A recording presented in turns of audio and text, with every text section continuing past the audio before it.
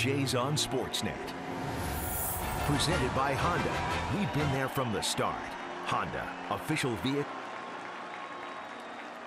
Shake, do we have a video guy up here? My monitor is clicking in and out. Yeah, love that.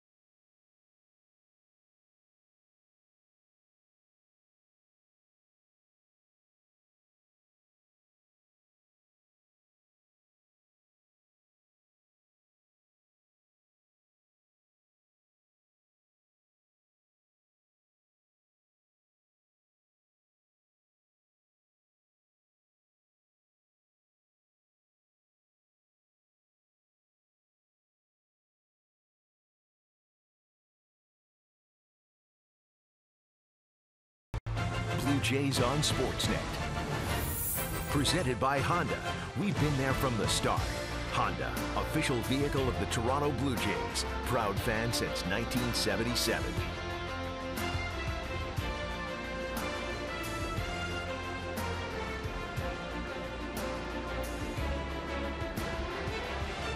Welcome to Fenway Park on the final Sunday of the 2016 season, and what an atmosphere it has been here. David Ortiz was honored today by the organization, by his former teammates. They had all three World Series teams here.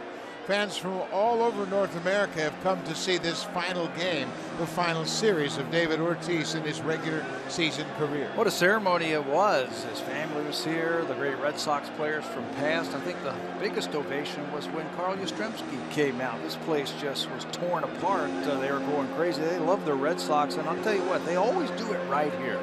They brought them all out one by one. The excitement, the emotion, that's on the Red Sox side. On the Blue Jays side, everybody knows what is at stake for the Blue Jays. That was an emotional win last night, to hang on, to come back, to win the game without getting a base hit, stop that streak of winning games without hitting a home run. When they don't hit a home run, John Gibbons' team was ready. They were ready for that game yesterday. They got to be ready today, because it's all in their hands, and they win, and they get to host the game on Tuesday. Baltimore and the Orioles have the same record at 88-73, the top spot in the wild card race. You can see the focus in the Blue Jays dugout. They know what they have to do, and they are up against David Price, their former teammate, in this final game of the regular season. Let's take a look at the Blue Jays lineup for John Gibbons. What a game last night. They won on just 4 hits. Top of the order, Devin Travis, Josh Donaldson, Edwin Encarnacion, then Jose Bautista. Against David Price has 6 career home runs. He is 20 for 58 at .345 average. Bautista loves the challenge of hitting against great pitchers. Kevin Pillar, what a game he had last night. A couple of hits, a big sacrifice bunt over his last 12 games. 14 for 41 with a double, 5 RBIs. Kevin Pillar is ready for the postseason. You know what? We cannot forget about the great at-bat that Ezekiel Carrera had against Craig Kimbrell, hitting that sacrifice fly to win it. Everybody was on their game yesterday, and they're going to have to be this afternoon. They're going to face David Price. He leads the American League with those 225 innings. This is his 35th start of the season. He'll be the first Red Sox pitcher to make as many as 35 starts in the season since 1992, when Frank Viola did that. He's 1 strikeout shy of tying John Lester for the most ever by a Red Sox left-handed pitcher in a single season. David's got 224. Everybody knows him in Canada, what he did for the Blue Jays last year to help them get into the playoffs.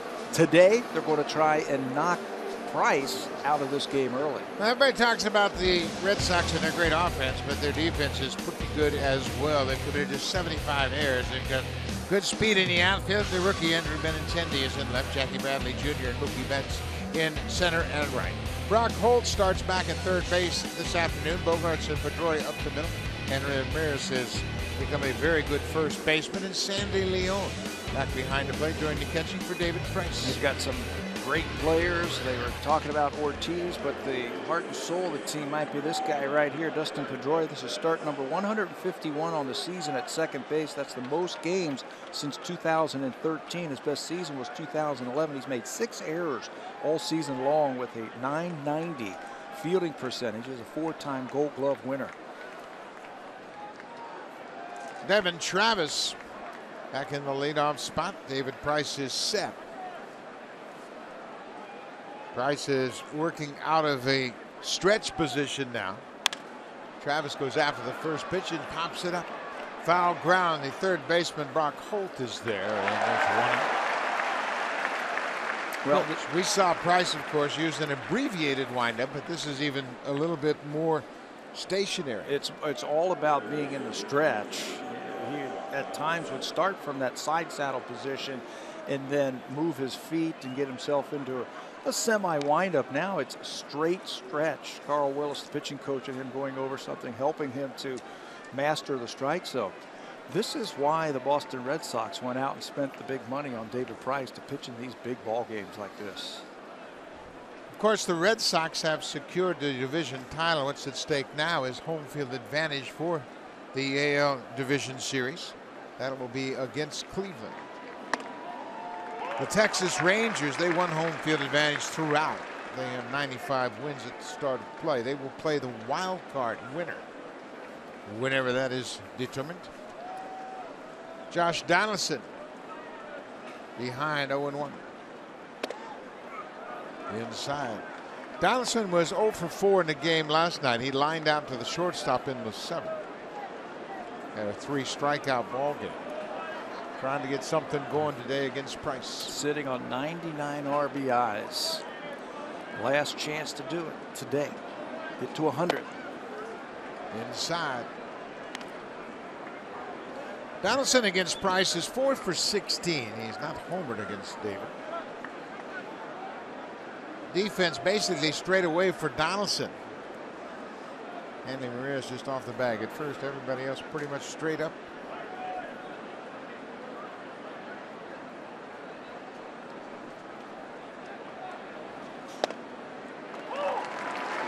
Price always has a tendency to go to the outside part of the plate.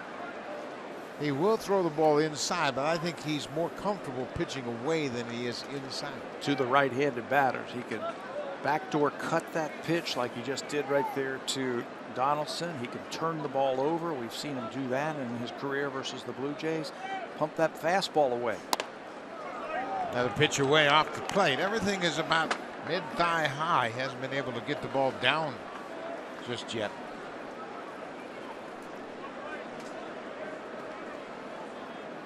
Edwin Encarnacion will bat next. It's a 3-2 count on Donaldson.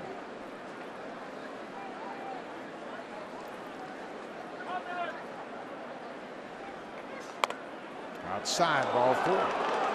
So Donaldson takes ball 4. Price has struggled recently. He's trying to regroup a bit. He's given up 101 earned runs. And you see his numbers over his last 3 starts. ERA over 6.5. Runs hitting almost 340 against him. And he's given up some home runs. Price for the season has allowed 29 home runs. His last 3 games, twice against the Yankees, 1 time at Baltimore. In his last start at New York, 6 1/3 innings, they got him for 12 hits and 6 earned runs and a season high 3 home runs against David. Here's Edwin Encarnacion, another pitch outside, but it catches the corner.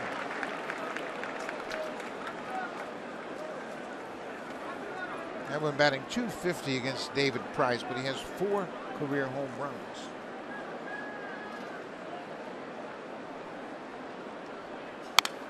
Fouled back. Edwin stuck on 42 home runs, and they'd love to get another home run to set a new career high in home runs. And if he is, he's going to have to hit a mistake, number 1. Or number 2, he's going to have to hit it to right field, because this whole series they have pitched him away, trying to keep that ball in the big part of the ballpark.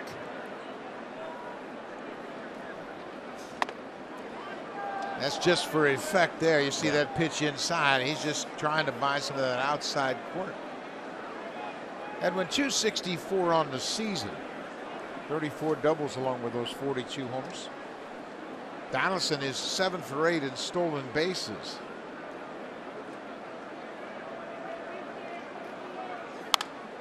Another pitch away. Everything is away, and I think Price should be a little bit concerned about the height of his pitches. Those are about belt high right now, and you start creeping that ball over the middle of the plate at that height, that's when the ball starts leaving the ballpark. Of course, Price has always pitched well against the Blue Jays. He has a 17-3 career record. This is his 25th start against the Jays. He's given up 20 home runs to Toronto in his career, but he's had some very dominant games too.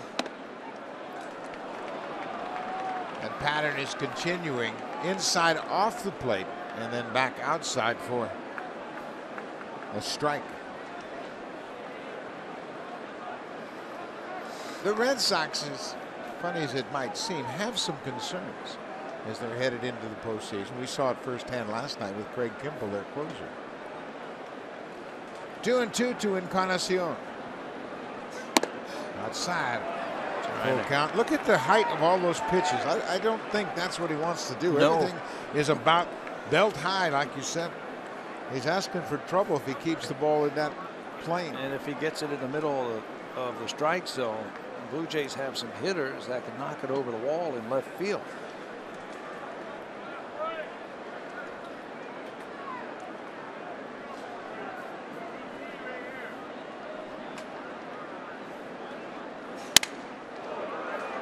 One hopper to Holt. Donaldson had to hold up. Price gets the double play. Josh didn't have much of a chance running from first to second. It was a low liner played on one hop. The double play ends the top half of the first.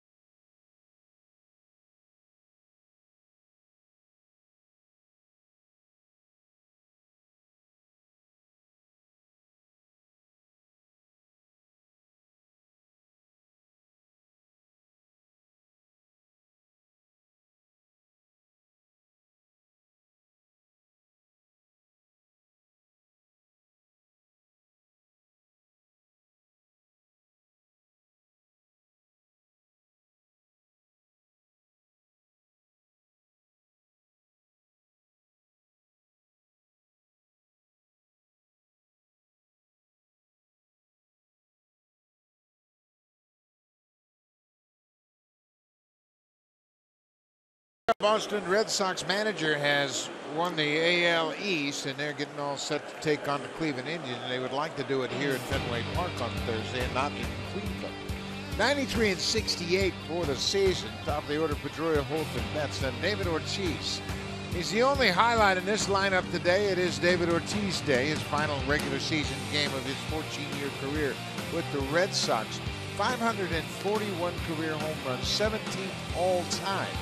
And second only to Ted Williams in franchise history with home runs. What a career it's been. 5 years from now, we'll be talking about him going into the Hall of Fame. That is the lineup that Aaron Sanchez gets to face this afternoon. Start number 30 for Aaron Sanchez this year. 14-2, an incredible record, earned an average at just .306. He had it working in his last start against Baltimore. 6 innings, he punched out 10 Orioles. He won that 14th game in 16 decisions.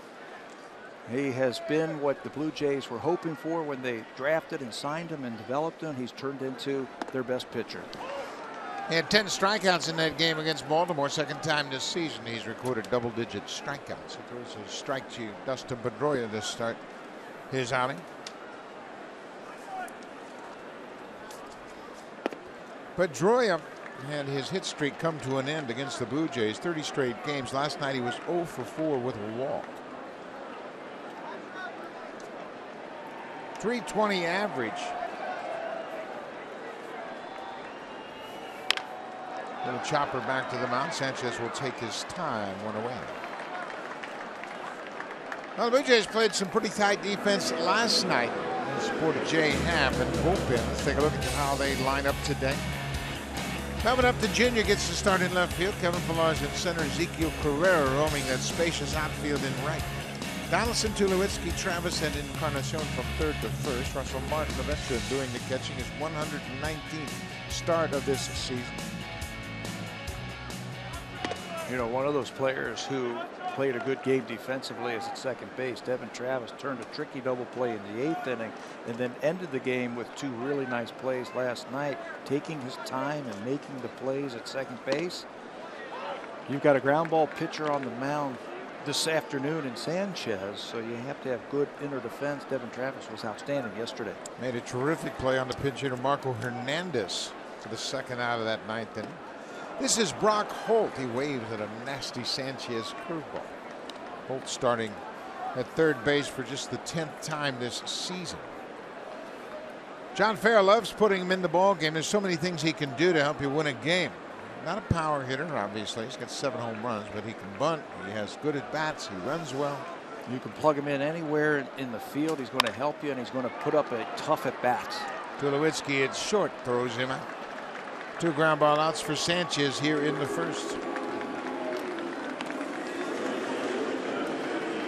Aaron Sanchez coming into this game with a .306 earned run average. That's the best in the American League, just ahead of Masahiro Tanaka of the Yankees. And David Ortiz saying hello to a fan here. What a ceremony they had prior to this game. This is Mookie Betts. Might be the odds-on favorite to win the American League MVP award. Sanchez throws one inside. .320 average, 42 doubles, 5 triples, 31 homers, and 113 RBIs. He can beat you so many ways. I mean, he is an outstanding all-around player, and they saw this coming when he was in the minor leagues for the Red Sox. They have a testing mechanism that they test all their players when their farm system to test their hand-eye coordination. He tested better than any player that they have ever had when it comes to hand-eye coordination. If an average is around 7 or good, his was up over 10. That's the type of athlete he is. He's got that great hand-eye coordination. 2-1, 2 outs. There's strike 2. Look at the location of those pitches. Compare those to where David Price was pitching the Blue Jays in the first inning. Sanchez is right down where he wants to be. Down and away. Tough to get hurt that way.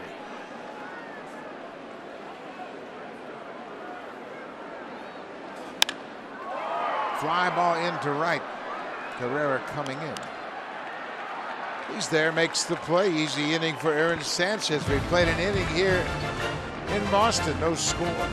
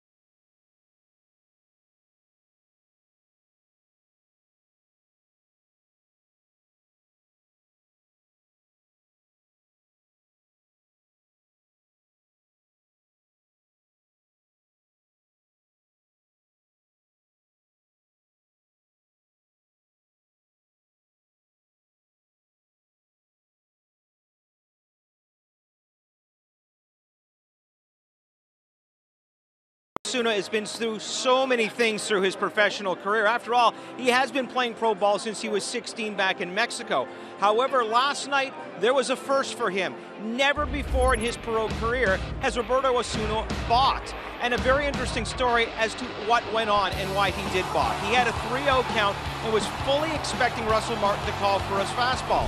Instead, he throws the cutter.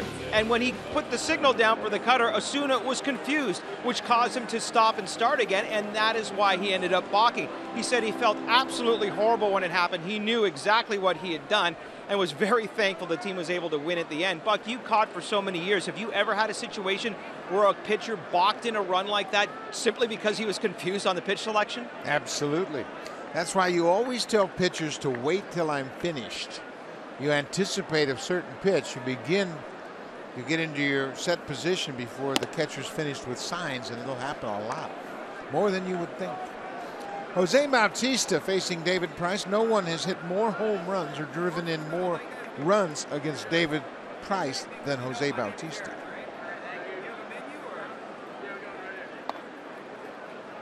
Of course, they have faced each other so many times over the course of their careers. Price began his career with the Tampa Bay Rays.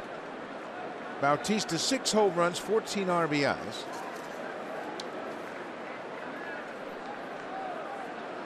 (2-0) outside. 3-0. Price still having trouble locating that strike zone. Locating the strike zone and locating the ball down.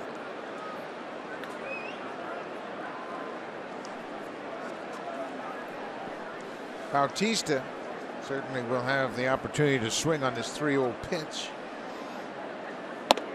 He takes it's a strike. A high strike. Indications that Price is going to be on a pitch count today or an innings limit today, so they're not going to push him deep into this ball game. So John Farrell says, you know, it's a tune-up for him as they get ready for the playoffs. But they still have a lot to play for. They certainly do. They're trying to gain home field advantage for the ALDS against Cleveland. They will play the Cleveland Indians as the 2nd and 3rd seed, but it's still to be determined where they will play that game. Right now, both of the teams have 93 wins heading into today's action. Bautista pops it up on the 3-2 pitch. So if Cleveland wins and Boston loses, then Cleveland would host the team. But well, they have to play again. They have to play Detroit. That's why that game is so interesting on Monday. But if Cleveland wins. If Cleveland wins and Boston loses. Yeah, it's over. Yes. Then they'd be a game behind them with one to play. Then wouldn't have to play the Monday game. Cleveland would. Detroit still might have to. Bautista takes ball 4. Let's check in with Jamie Campbell. Of course, lots going on.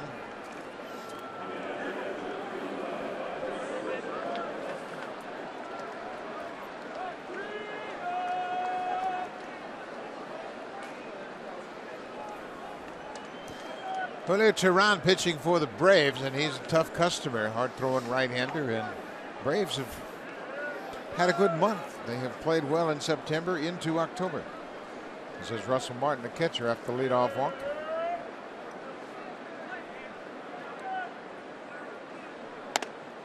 Price is really having trouble finding his release point early in this game.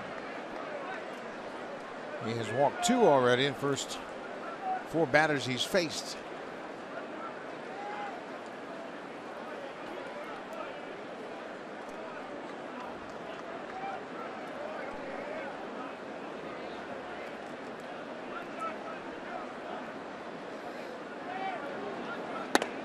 There's a strike. 1-1 to Martin. Russell walked twice in last night's game and scored both times. He was 0 for 2. Like we mentioned, Blue Jays scored 4 runs on 4 hits without hitting a home run. Without hitting a home run, and the winning run scored on a sacrifice fly. They had some help from the defense of the Boston Red Sox.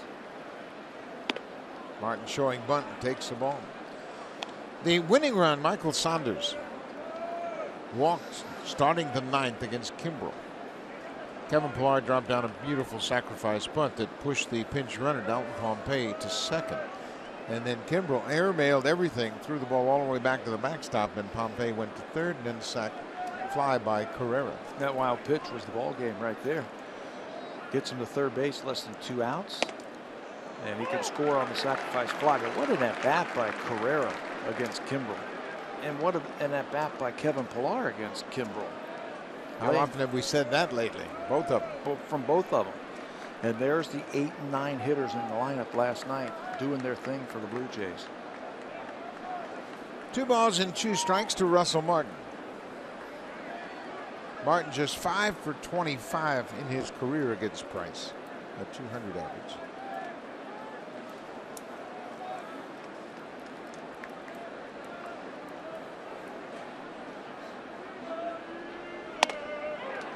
Strike 3 call. Let's check in with Jamie right away.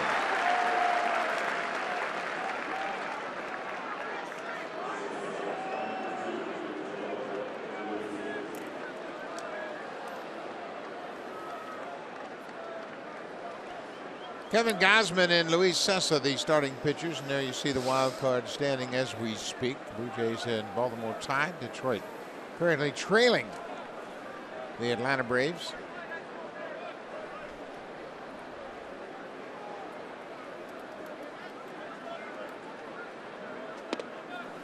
Troy Tulowitzki takes the first pitch strike. Tulowitzki's had some success against Price. He's 4 for 9 with a home run. A lot of offers for the Blue Jays in that game last night. He was 0 for 3 with a walk. Tulowitzki had 1 hit on Friday night.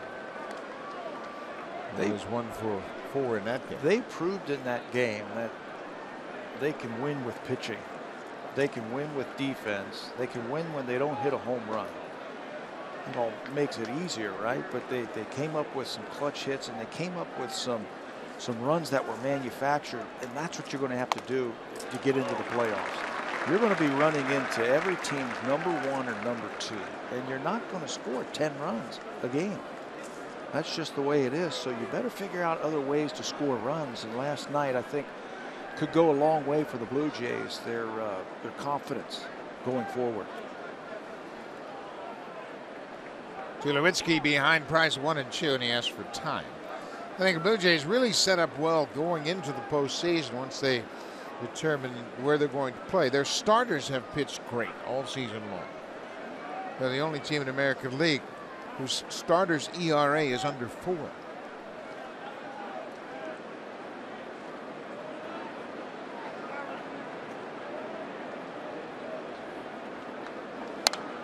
Foul straight back in our direction. Just above our head. That one was coming up here hot. That was a very hard foul ball, just above us.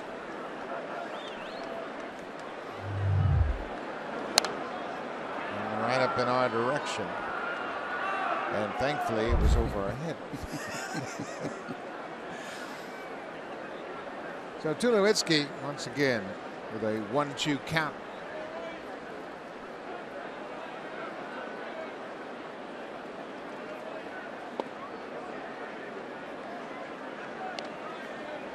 You just wonder how long they're going to go with David Price. You talked about 5 innings, or they're sure they have a pitch count, but I think they would like to see him have some clean innings, leaving him in a positive frame of mind. Especially what happened to him his last start against the Yankees, where he gave up 3 home runs and 12 hits. But he's always been hit hard by the Yankees in his career.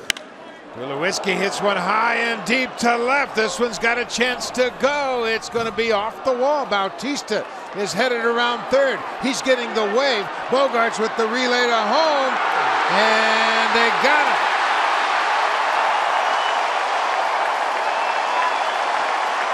What a terrific relay.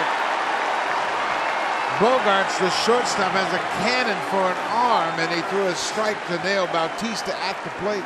When the ball came in from the outfield, Jackie Bradley, it looked like Bautista had a shot because he short hopped Bogarts.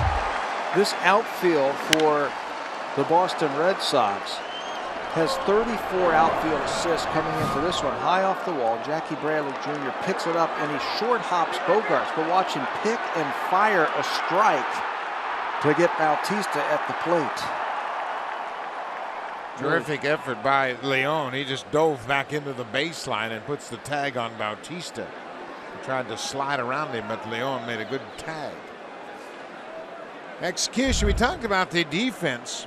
Jackie Bradley Jr. picks up his 13th outfield assist, and Bogaerts did a great job unloading that relay throw quickly and throwing a strike to Leon. Didn't think they had a chance once that ball bounced to Bogaerts, but he got himself in position to catch the ball and throw all in one motion. And then through a strike, Leon goes out and tags Bautista right in the breadbasket and then holds on to the ball. That's one thing that you haven't seen catchers do too often, and they want to swipe at him. He just dove back into the baseline and put the tag on Bautista. Bouncing ball up the middle. Pedroia from the shortstop side of second. Oh, what a play.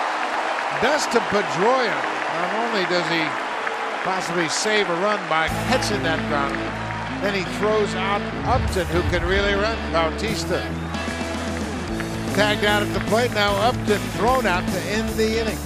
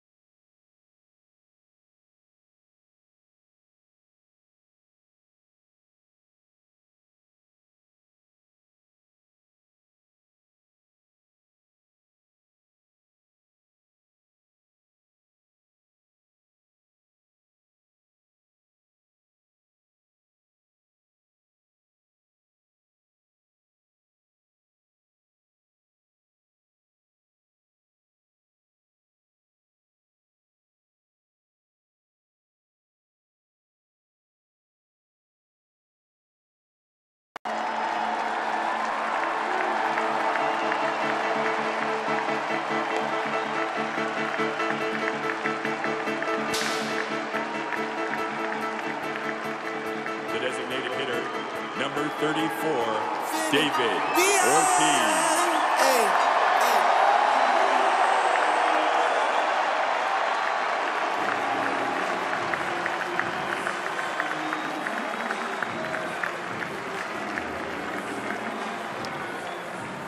Big Papi being celebrated all weekend long, and each and every time he comes to the plate, crowd gives him a standing ovation.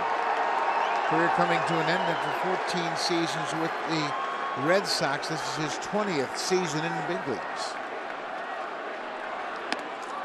Aaron Sanchez retired to side in order in the first. David Ortiz, 541 home runs, 17th all time. And clutch, too. One of the best clutch hitters in baseball history. Postseason, big hits, big home runs, extra inning home runs all time. He's got 12.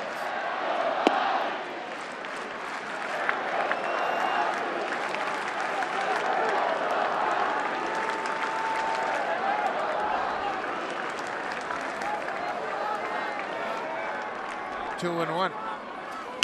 Got on and Sanchez at 97.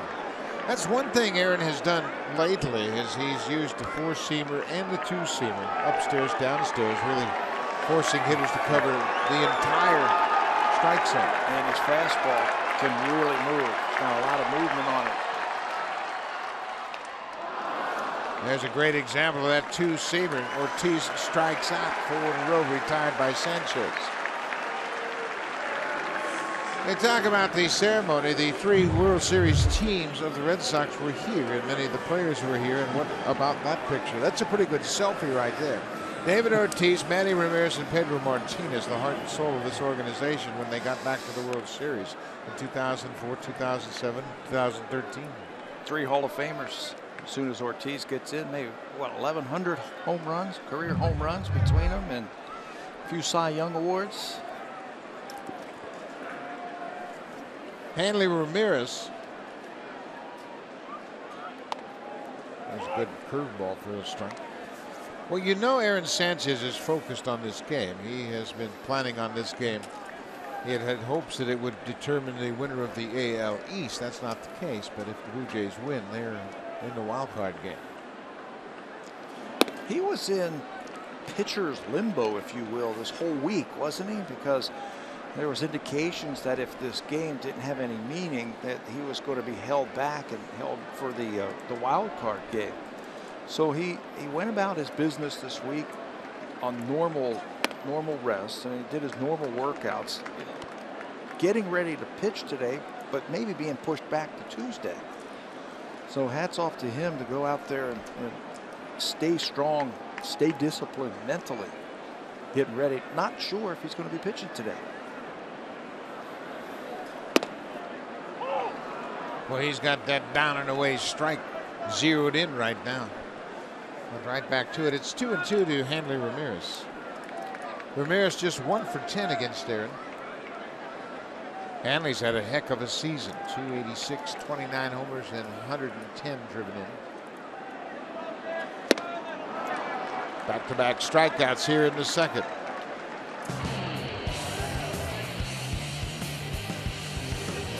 Home Hardware and Building Center locations, proud partners of the Toronto Blue Jays. Homeowners helping homeowners with expert advice.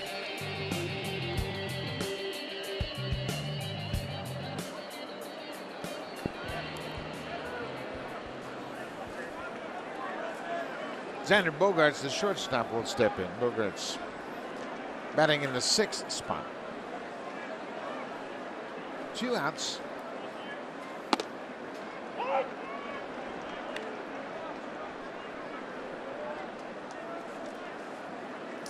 Bogaerts just turned 24.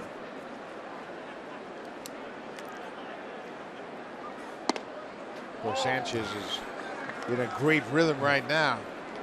He's saying, if you want to take a pitch and take a strike, go ahead. Here's my best fastball. And it's right there. And he's jumping ahead of these Red Sox hitters this afternoon. You saw Pete Walker, the pitching coach, and we mentioned Blue Jays starters have the best earned run average in the American League. The only team with starters ERA under 4. Pete Walker deserves a lot of credit for the development of these young pitchers. He's a hard worker and really understands the personalities of each and every one of his pitchers. Not just the starters, but the relievers. He's in charge of the relievers. At times they have done their thing for the Blue Jays. When you've got young pitchers like the Blue Jays have, there's going to be some growing pains. And we've seen some growing pains with Marco Estrada this year. Aaron last year pitching out of the bullpen just a little bit.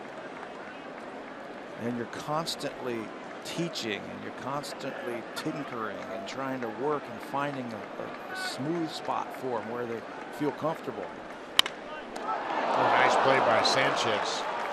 A hot shot comebacker on 1 hop. He goes to first. Quick inning for Aaron. 6 up, 6 down so far here in Boston.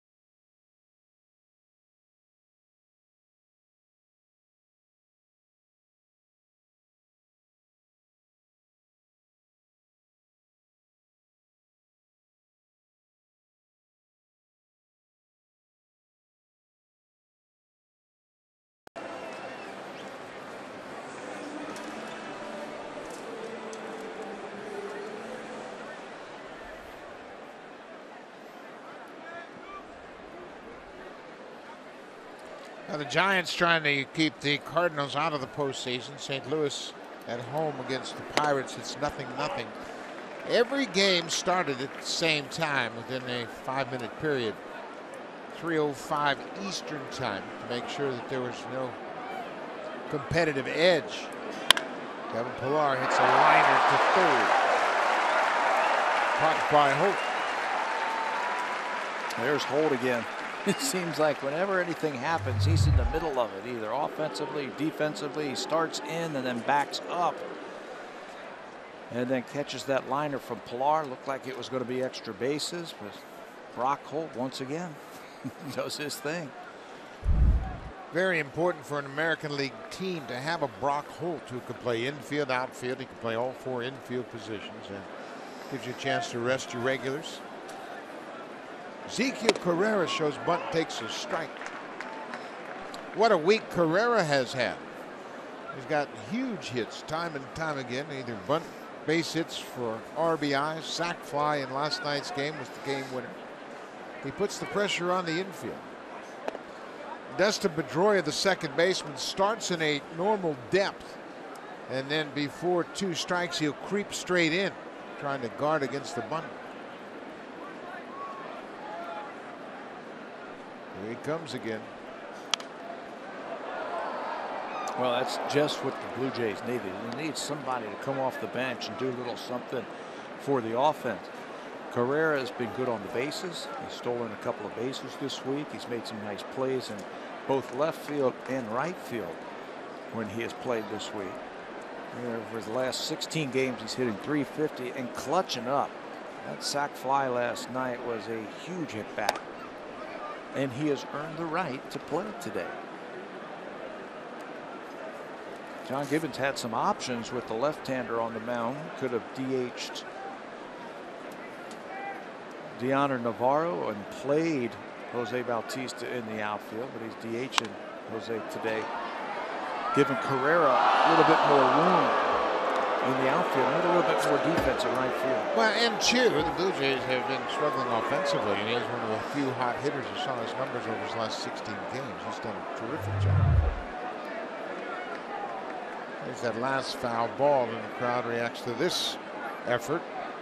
Slippery fingers up there in that second deck. I can't believe you interfered with me. I had it.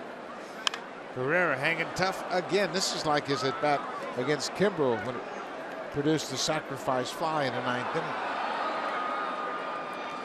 His previous at bat in last night's game, he came up with runners on first and third and bounced into a double play to end the inning. You knew that he wanted to get that run in. So he had a redeeming chance in the 9th inning against a tough pitcher, and Kimbrel throws 98 miles an hour, and he cut his swing down, got the ball into the outfield deep enough for the Blue Jays to win that game. Another reason why Carrera's in the starting lineup today is hitting .348 against left-handed pitching. He's got 24 hits with 69 at bats. So for a part-time player, he's done a terrific job. And there was a time early in the season when he played a lot, and then he kind of wore down when Bautista was out for an extended period of time. So you put him on the bench, you rest him a little bit, he gets his second win. And he's called out on that inside pitch, plus with his second strikeout, 2 down. Let's check in with Jamie Kemp.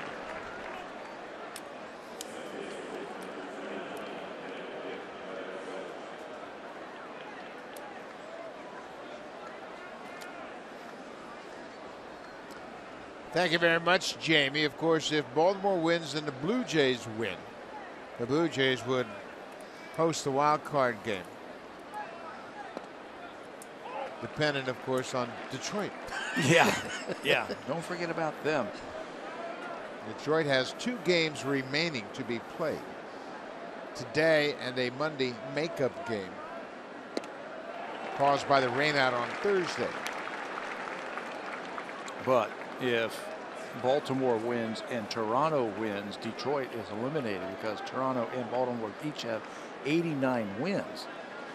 The best Detroit could do would be 88. You're right. So if both the Orioles and the Blue Jays win, it's done.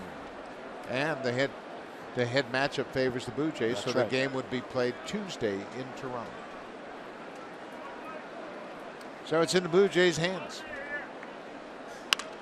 Ground ball up the middle. That'll get through for a base hit for Devin Truss. You know, it's a tall task going up against David Price on the road, but that's what playoff baseball is all about. Last night's game felt like a playoff game.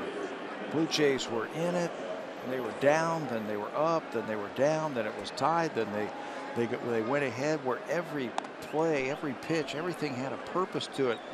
Those are the kind of games that can really get you going this time of the year. You start playing these tight games. That's why the wild card teams, I think, have been so successful in the past in the playoff round. There's no tomorrow. You play for today. Josh Donaldson walked his first time up. Josh with 99 RBIs. Donaldson's trying to become just the second Blue Jay to drive in 100 runs in each of their first 2 seasons as a Blue Jay. The first to do it, Joe Carter. He did it 4 straight seasons after he was traded from San Diego. Of course, Donaldson had that MVP year last year in his first year with the Blue Jays, and if he drives in 1 more, he'll join Carter.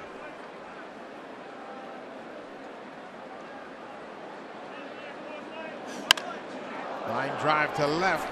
Benintendi is right there. Donaldson hit it hard, but right to the left fielder. Well, the Blue Jays get a 2-out single and nothing more. Middle of the third, no score.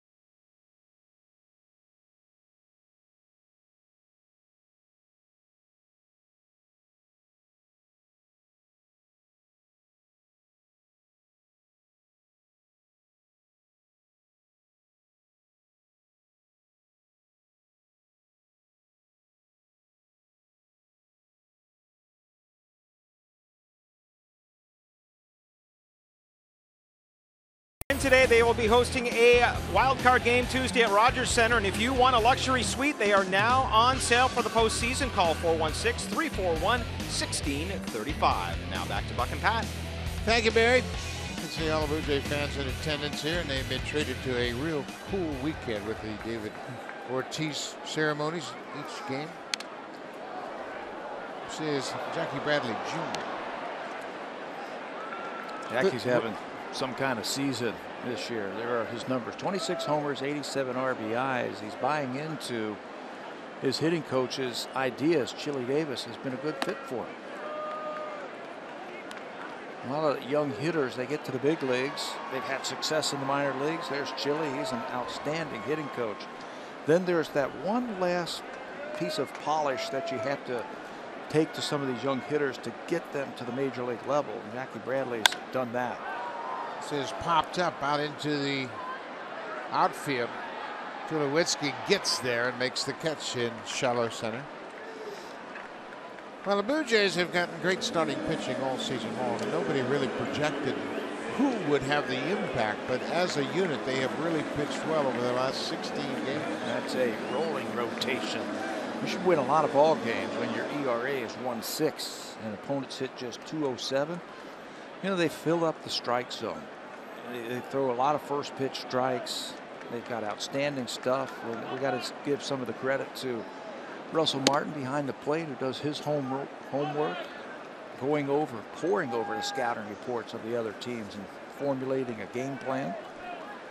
Blue Jays are the only team in the American League to have 3 pitchers in the top 10 in opponent's batting average.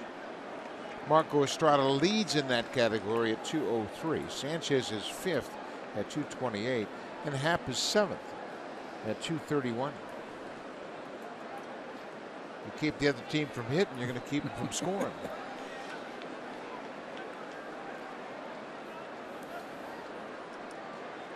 Sandy Leon, the catcher, 2-0 count on him.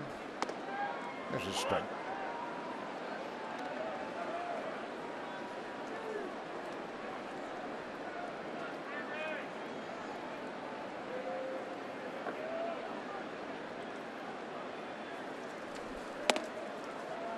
Now it's 3-1. Sanchez has retired 7 straight to start this game. Andrew Benintendi, the rookie left fielder, in the 9th spot this afternoon.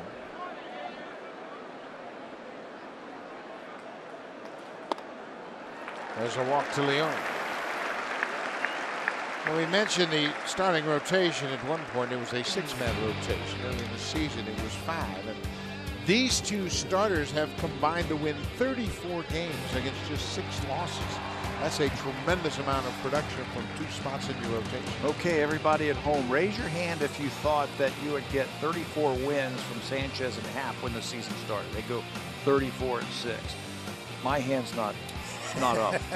I'll be honest with you. I thought they would do okay, but I didn't think they would have the kind of year, both of them, that they've really anchored this staff. If you throw in some of those no decisions in some games where they left with the lead and the bullpen coughed up the lead, their records could be even better. And also, all of you fans that got on the Blue Jays for signing Jay Happ, you should apologize. Twice he had a chance for his 21st win of this season. Both times the bullpen gave up the lead. This is Benintendi, the rookie, a ball on the strike on him. Boy, the Red Sox rave about this young man and what he might turn out to be. He's got a 300 average since joining the team. He's got a sweet looking swing too. I think once he gets a little bit bigger, a little bit stronger, you're going to see 20, 25 home runs. You're going to see a 300 average. Torey Lovullo was talking to you and I before the ball game today, and he said, you know what? We've got 3 of the best young outfielders in baseball. And they're young, they're athletic, they're our own players that we developed in our farm system, and they're going to be around for a long time together. Benintendi is from the 2015 draft. He's 22 years old. They brought him to the big leagues from AA Portland. He's never played in AAA. Sanchez now with a 2-2 count. Aaron has struck out 2. He walked Leon here in this inning with 1 out.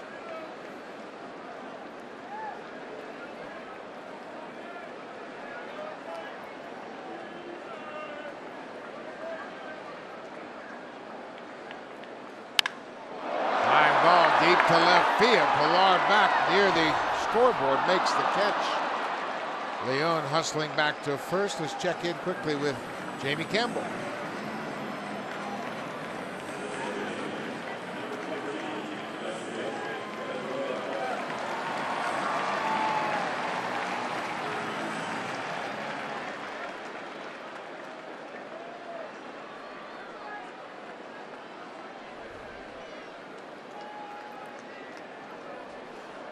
Great weekend for Giant baseball as they were finishing up with the Dodgers and Vin Scully's final broadcast of his 67-year career.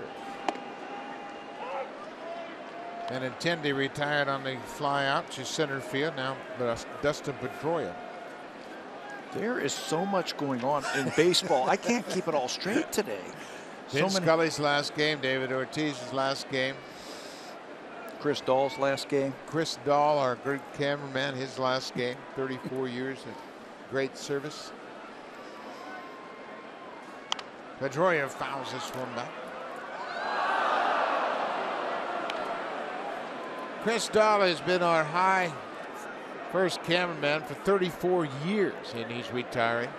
34, and he's a terrific cameraman, one of the best in the business, and an outstanding part of our team. He brings a lot to the show every single day. He's a huge baseball fan and a historian. He understands the game like nobody else. Thanks for the great memories with all those great shots over the years. Dustin Pedroia behind 0-2. Now it's 1-2.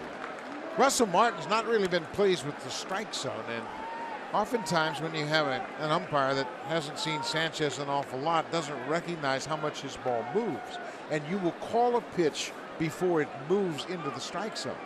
And that's what Russell is trying to convince Chris Guccione about. Just a little friendly reminder. Stay with it. Stay with it just a little bit longer. Off the glove of Sanchez, and they're going to have to hurry at second. They do. Good play by Travis. Traveling to Tulowitzki to end the inning. We've played 3 in Boston. Those score.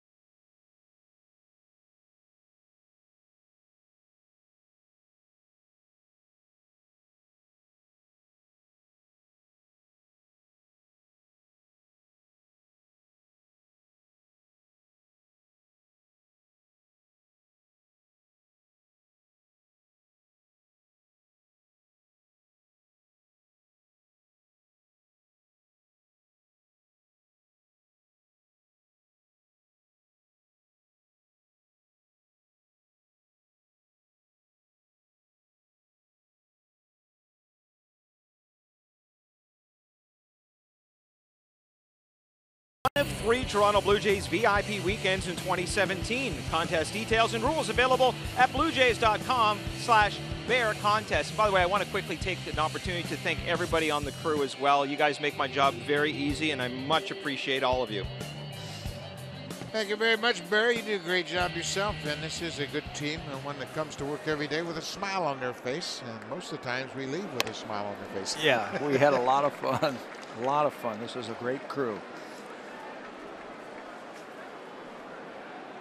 For the Blue Jays, it'll be Encarnacion, Bautista, and Martin here in the 4th.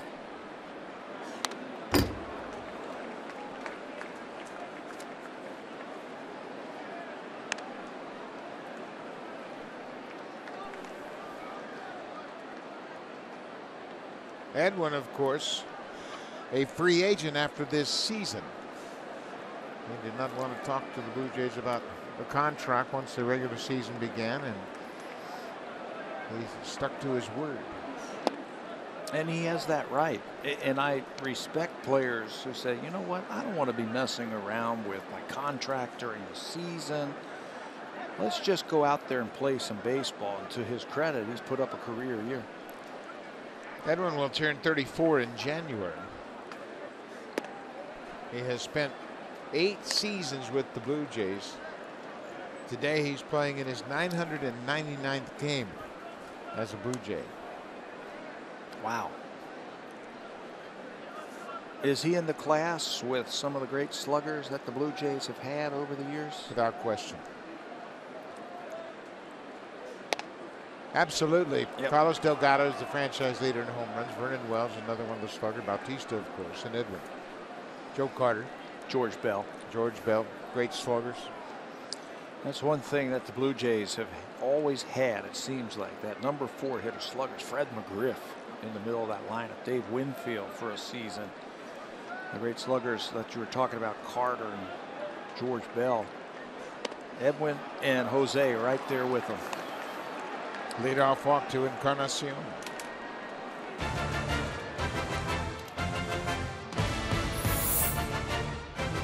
A lot has changed in 40 years, but one thing hasn't. Honda, proud fan since 1977, official vehicle of the Toronto Blue Jays.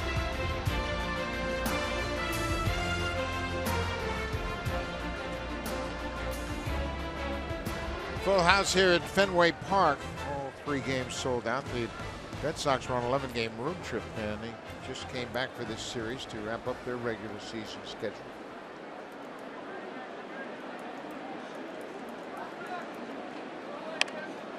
Bautista bunts it down the third baseline, and it took one bounce and kicked into foul territory. Not a bad idea.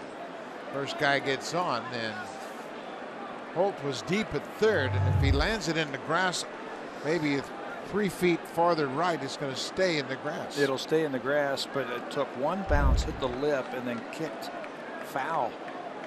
I have a problem with that.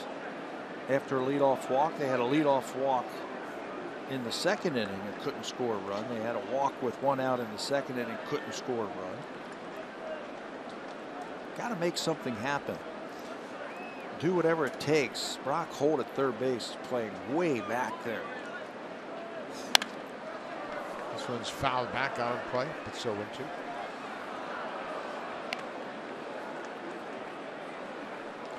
Now you see the numbers for Bautista against Price, a .345 average.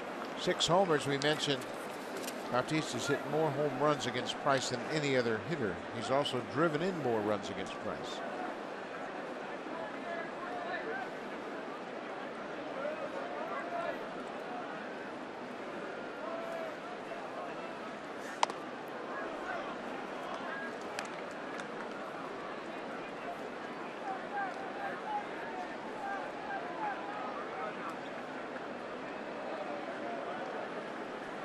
No score, top of the 4th inning, only 2 hits, both of those by the Blue Jays.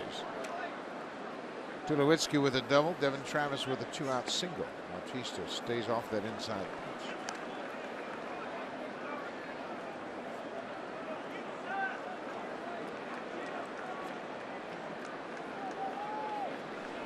Price is Bautista's favorite home run victim. Those 6 home runs are the most he's hit against any one pitcher. It's kind of a who's who of pitchers for Bautista, his top home run victims. He's hit 5 off James Shields and 5 off John Lester.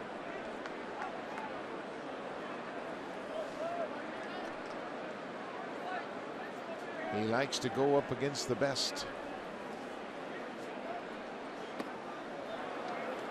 That'll be a full count now to Jose. Price has walked 3. Donaldson, Encarnacion, and Bautista. That once again reflects their power. From 0-2 to 3-2. So you might be seeing that cutter right here. He throws it hard, upper 80s with that cutter. He throws it about 20% of the time with 2 strikes. And I bet he tries to backdoor it too.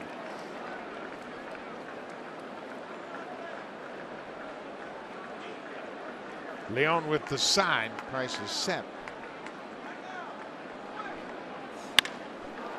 Green light swinging. Bautista rips it through the left side into left field. They didn't get it far enough away, and Bautista drilled it to left. That was the cutter. about 88 miles an hour, and it caught way too much of the plate. And Jose jumped all over it. Instead of going backdoor, that's where Leon wanted it initially. And then he shook to the inside part of the plate, and it's up again, and Jose was waiting for it. Yeah, I can see why Price has had trouble recently. He has just not been able to get the ball down. We noticed this in the first inning. Everything was about mid-thigh or belt high. So Russell Martin now a chance to put the Blue Jays on the board. Nobody out, first and second. Hanley Ramirez is on the edge of the grass at first, kind of guarding against the bunt. Bogarts, the shortstop, is playing behind Encarnacion. I don't think he's going to be bunting, is he? I didn't think so. Not bunting. You know, it's really hard for a visiting team to bunt in this ballpark because the Red Sox are so good at coming back late in ball games, especially here in the fourth inning. You better play for multiple runs in this ballpark. If you don't, you're always going to be chasing the Red Sox. Play for big innings. Look at the hole he has on the left side. If he can catch one of those cutters and a ground ball straight to the shortstop. Plenty of room. Yeah, you play for one run, that's basically what you're going to get. John Gibbons has always said, I don't like to bunt, especially against the Red Sox. I like to play for the big inning. So Martin hits it in the air. Jackie Bradley Jr., the center fielder, has it, and Martin's retired on the fly ball to center.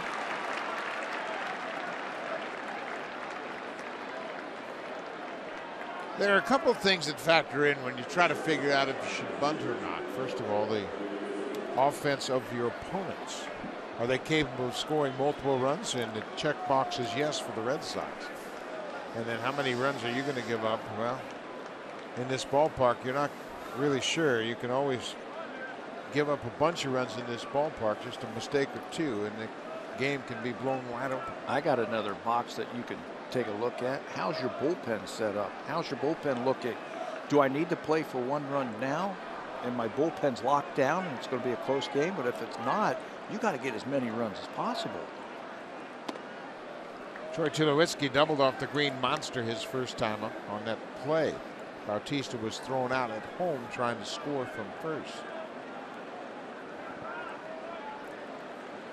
Tulowitzki's now 5 for 10 against David Price. Oh, get one up right here. Blue Jays haven't hit a home run in 2 days. He pops this one up on the infield.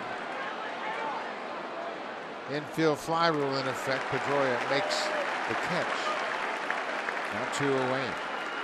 So the Blue Jays a promising start to the inning. A walk and a single. Now they need a 2-out hit from Upton.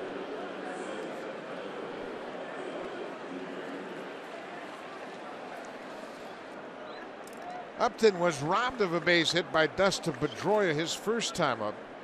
He had a bouncing ball up the middle. Pedroia went on the shortstop side of second on the edge of the grass, gloved it, and threw to first in time to retire Upton.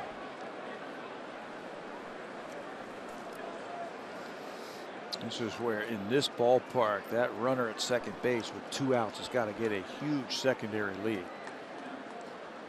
Base hit to left field, there's no guarantee that you can score because it's so short. You can see the outfield is just medium depth for Upton. The left fielder can play in because anything over his head is going to bang off that wall. That's right. So the base hit to left field. If you don't have a big secondary lead, you're not going to score. 0-2.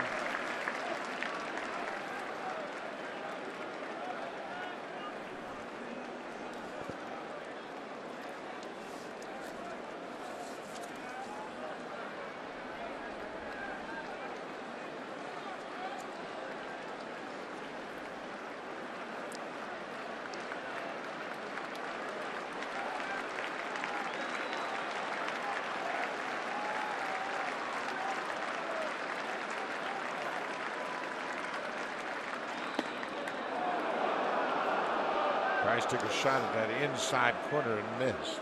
Price has struck out 2. when he struck out Carrera in the third. That set a new franchise record for strikeouts by a left-handed pitcher. He came in the game with 224 strikeouts, one shy of John Lester's record, set in 2009, equaled in 2010. There's another strikeout. Oh, the Blue Jays got something going against Price, and he retired the next three in order, including the strikeout of Upton.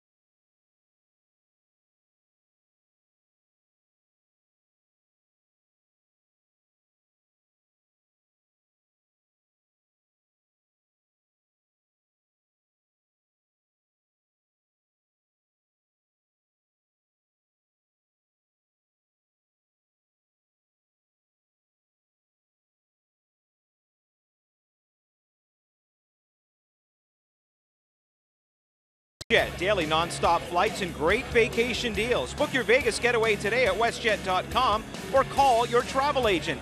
And if you're wondering about our WestJet look-ahead schedule, well, we don't know it yet. Guys, all we do know is that the Blue Jays will be playing a baseball game on Tuesday. It will either be a play-in game of some sort or a wild card game. Where it will be, we still don't know. Well, when the Blue Jays left Toronto, they were told to pack until Friday, pack for travel until Friday, because that would get them back home. So yeah, it's been it's the life of a baseball player. Yeah. You know, just get on the team bus and we'll tell you where we're going when they get on the plane. I don't know about you or what your suitcase looks like, but mine's about 150 pounds. Oh, yeah. It is just jam-packed, anticipating everything or anything that could happen. This is Brock Holt, the number 2 batter in this Red Sox lineup today.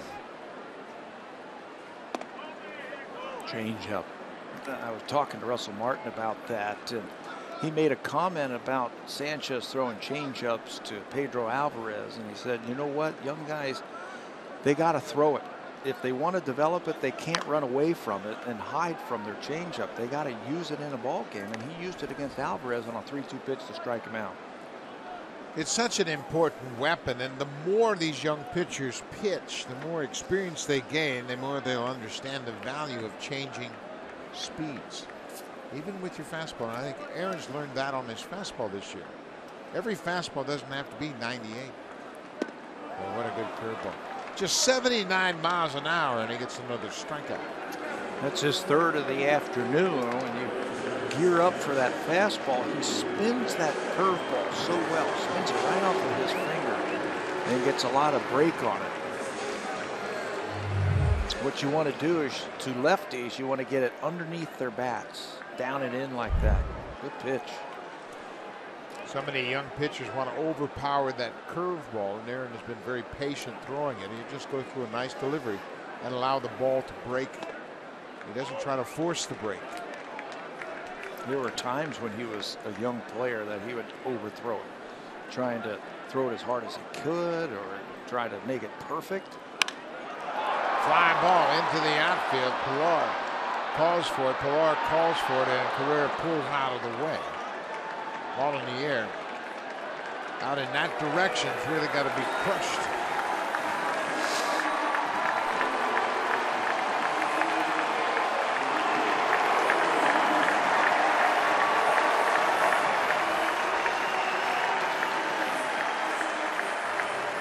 David Ortiz in his speech here this afternoon prior to this ball game wanted to thank all of his teammates that brought out the best in him, and thank the ownership group of the Red Sox for bringing him here to this great organization.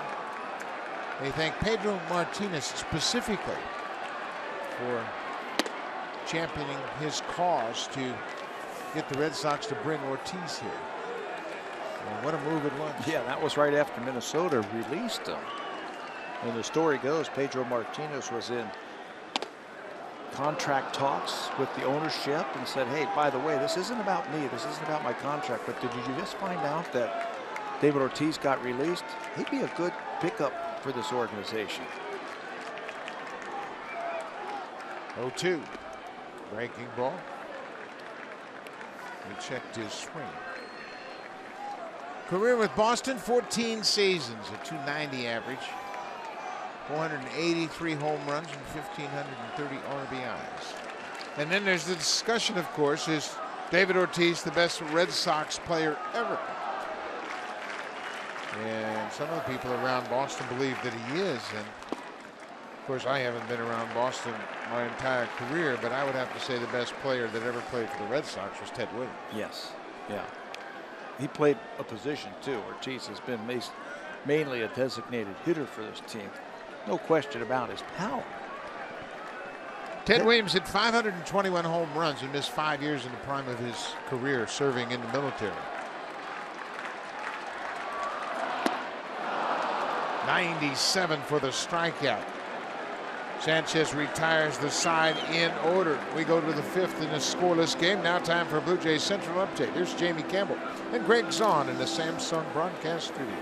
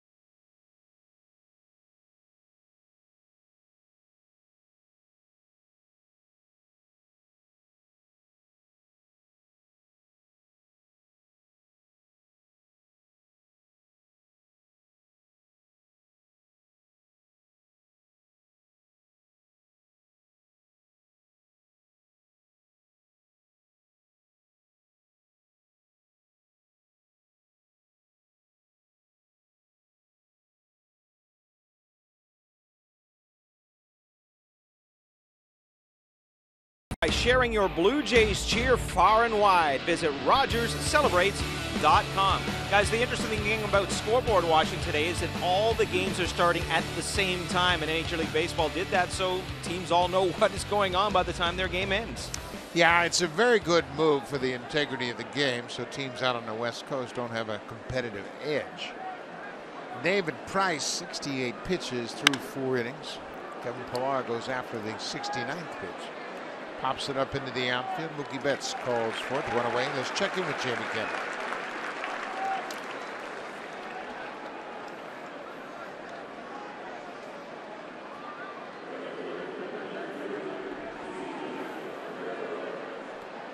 Waiters with 4 RBIs on the afternoon. Kevin Gausman, 5 innings, 6 hits, a single run allowed. So Baltimore has a 5-1 lead. No score here at Fenway Park.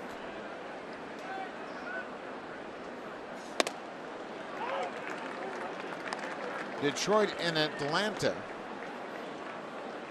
Braves have a 1-0 lead, top of the 5th in Atlanta. Julio Teheran has 8 strikeouts in 4 2/3. Justin Verlander, he's the starter for the Tigers. He's allowed 1 run on 4 hits over his 4 innings. But don't discount those Tigers. They're swinging the bats well. They got some firepower in that lineup, especially in the middle of the lineup. They had a chance last night, but Victor Martinez lined out to end the ball game. Lots of cheering for the Blue Jays when that happened. What a way to spend a Sunday afternoon at Fenway Park with family, having some ice cream. You know, it's a cool day. It's a festive atmosphere for sure. 1-2. Guerrero strikes out. That's 4 strikeouts for Price. Carrera has gone down twice. Yeah, second time he's gone down. Looks like David Price has gone back to his windup, if you will. He's starting to take a step again. Remember in the first couple of innings, it was basically out of the stretch the whole time. He's side saddle on the mound, but he's stepping back and trying to get a little bit of a windup. There he goes. Trying to get some movement before that pitch is delivered. This is why this start is important for David Price. He can afford to experiment here in this final regular season game before he makes a postseason start. Devin Travis hits it high and deep down the left field line. If it stays fair, it's gone, and it does. Devin Travis, with his 11th home run, has given the Blue Jays a 1-0 lead. That's also Devin's 50th RBI of the season. He's got a multi-hit game again, pushing that average up over 300. He's got some power in that swing. He's always looking for the ball away, but if you try to go inside, he's quick enough to get the hands through and the bat head through, and he can hit a long way. Devin has 2 hits this afternoon. The Blue Jays have 4 hits in total, and Devin has 2 of them. And he's given the Blue Jays a 1-0 lead. You know what was pretty about that swing is how he kept his hands inside the ball, and then it's a cutter from Price. The hands are inside the ball, and when your hands stay inside the ball, you're not going around the ball, hooking the ball foul. You go through it, and that's how you can keep it fair down the left field line. Price now has surrendered 30 home runs, and Devin Travis with his 11th has put the Jays on the board. 1-0. The Orioles have the 5-1 lead over the Yankees in New York. They're in 6th.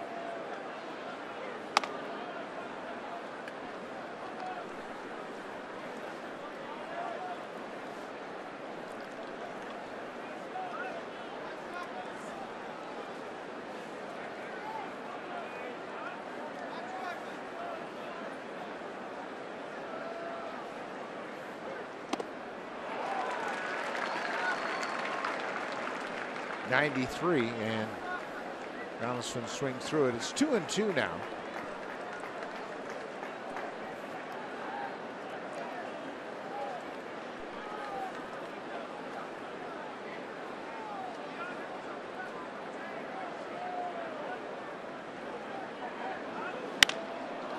Fly ball to left. Benintendi at the track in front of the scoreboard, and he's got room, and he makes the catch.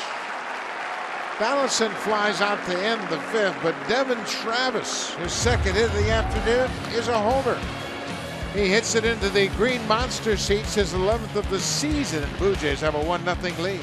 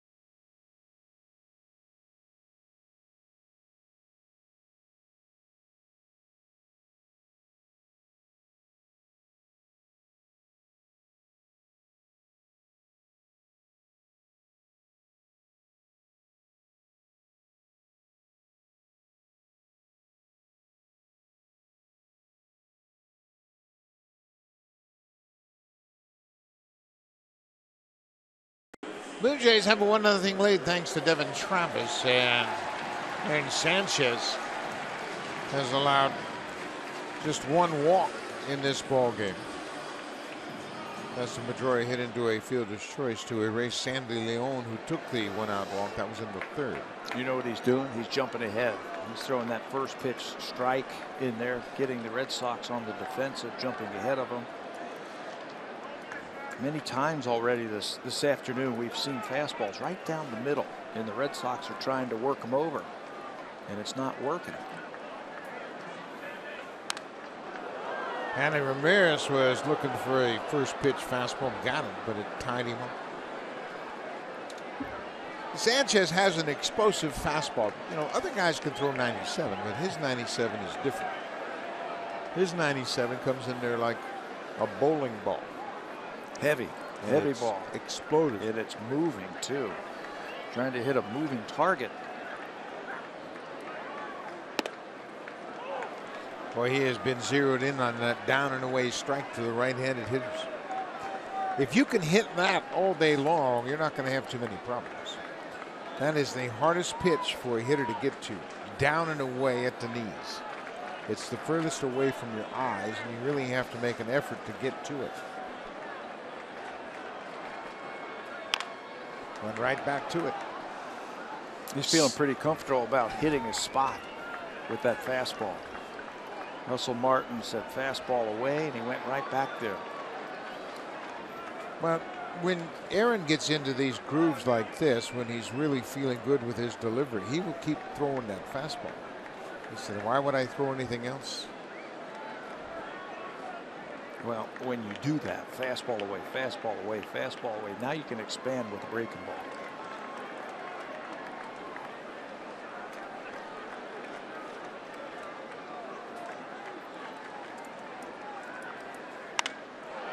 Another fastball hit in the air.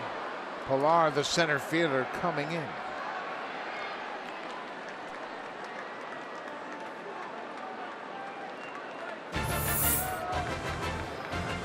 The all-new 2017 Ridgeline, our newest vehicle and their newest fan. Honda, official vehicle of the Toronto Blue Jays.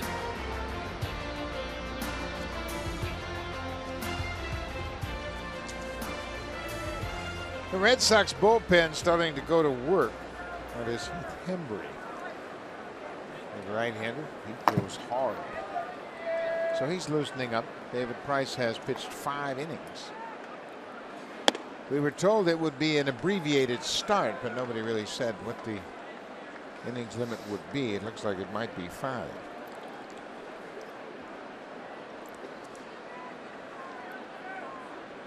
Xander Bogaerts tapped back to the mound his first time up. There's another one right down the middle. Get ahead. Aaron didn't get the call on the first pitch, a high strike. Called that one out of the strike zone, so he comes right back in and pours that fastball right down the middle.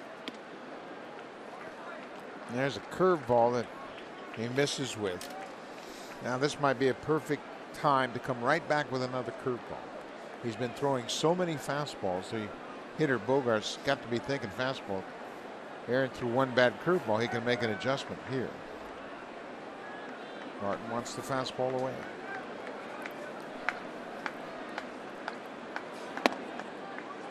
Boy, he is hitting that corner, isn't he? Stay right there. Stay right there against those right-handed batters. Yeah, it's not like he's hitting that corner at 85. He's hitting it at 97. There's the breaking ball for the strikeout. Bogaerts strikes out. That's 5 strikeouts for Sanchez. Yeah, you keep throwing fastballs down and away, then you can expand with that breaking ball. And he's got a good curveball. Spins it right off that hand and puts it in a good spot.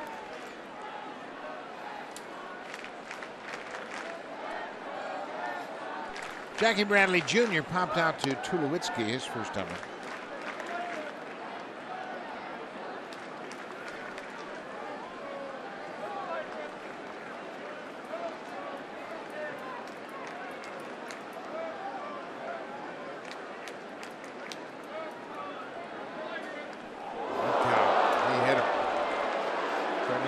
Do that in a 1-run game. Yeah. He's hit by the pitch with 2 outs. Well, he's got some speed too over there at first base. Jackie Bradley's had 9 stolen bases in 2 attempts, and after that, you see Aaron, he's called out Russell Martin.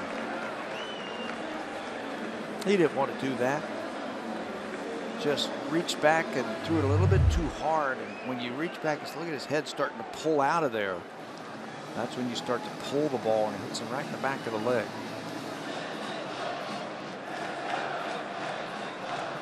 Nowhere for Bradley to go. So he is hit by a pitch with 2 outs. Sandy Leon, the catcher, walked. It's only time up. Bradley has 9 stolen bases. He's been caught twice.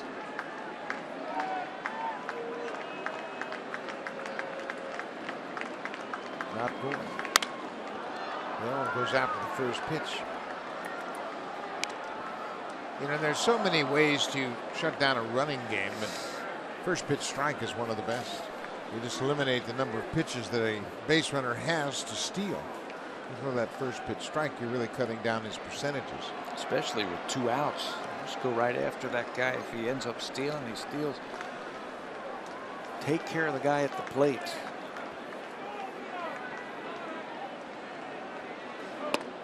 Inside.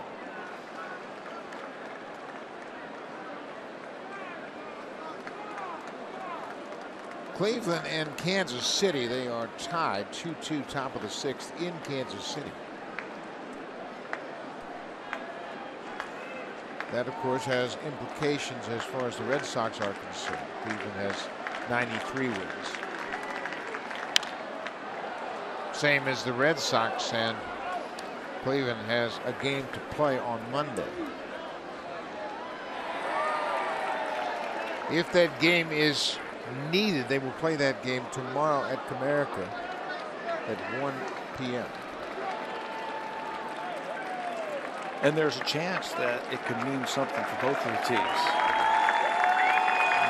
The game got rained out this week. He might try and steal second base here. 1-2 count. Gambling that there's going to be a breaking ball from Sanchez as he goes for the strikeout. Not running. There's the breaking ball for the strikeout. He threw the curve. The only thing that you didn't call, Pat, Bradley didn't run. He strikes out Leon to end the fifth.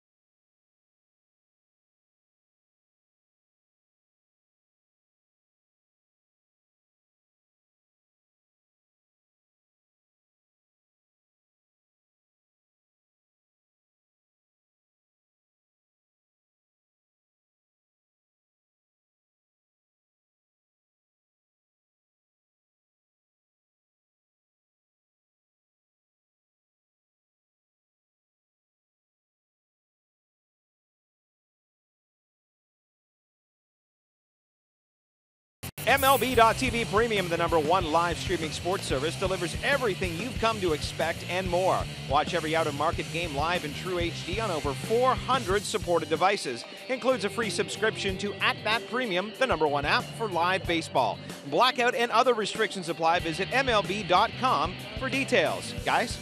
Thank you, Barry. 1-0 Blue Jays lead it here as we head to the 6th. New pitcher for Boston will be Heath Hembree in his 4th stint with the Red Sox this season. First time that we have seen him in this series against the Blue Jays. Pretty good numbers in 37 games. Big guy, throws hard. Hard fastball. He's got a hard breaking ball.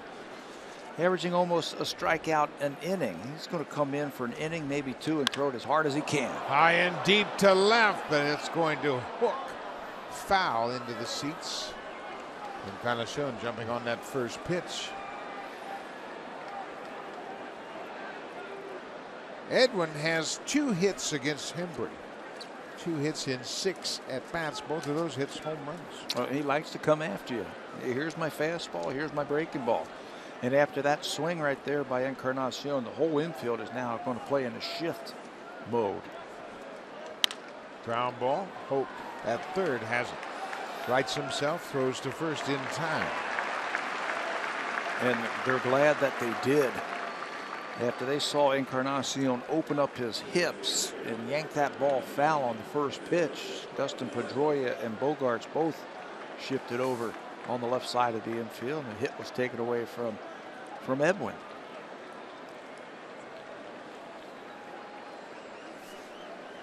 Jose Bautista, in his 9th season with the Blue Jays, has 265 home runs with the Blue Jays. Of course, he led the American League in home runs in 2010 and 2011. He hit 54 home runs in 2010.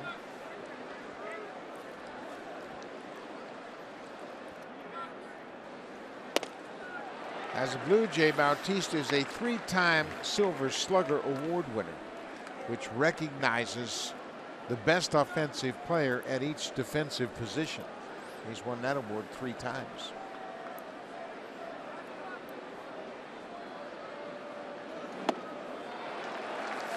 He's trying to go deep right now, too. Those last two swings. Free agent at the end of the season. He knows what's going to happen with that. But he's been another one of those guys. Great slugger. Great career with the Blue Jays. It's interesting. The guys that we've talked about, Encarnacion and Jose Bautista, unwanted by other organizations. Happens all the time where teams make mistakes on players. Well, we talk about David Ortiz playing with two teams before he landed here in Boston. Edwin Encarnacion, originally drafted and signed with the Texas Rangers, came to the big leagues with Cincinnati as a third baseman. You never really know when it's going to click for a player, or ever, if it will ever click. But Bautista played with 5 teams one season and just moved around. That was 2004. Baltimore, Tampa Bay, Kansas City, Pittsburgh, and just was back and forth, up and down, claimed on waivers, picked up. And boy, when he came to Toronto, things clicked for him. He got a chance to play. He got a chance to play every day and establish himself as a major leaguer, and he took advantage of it. Went out there and became a fierce slugger in all of baseball. Tim Leeper was telling me the other day that he would see him in the minor league and say, you know what, he's got some legitimate bat speed. All he needs is a chance with a team, and the Blue Jays were that chance, and it worked out.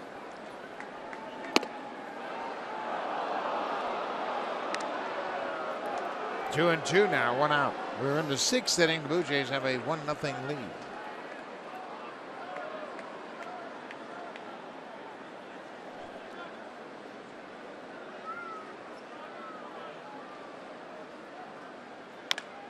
They'll tap it toward first. Ramirez waves off the pitcher. Bautista's retired.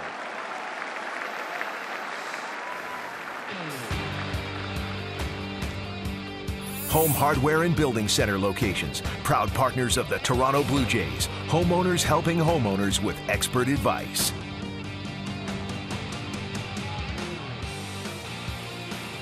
That's the Prudential Building in the center of your screen, just a few blocks away from Fenway Park. Good shot of downtown Boston. We haven't been able to see that most of the time because of the clouds and the rain.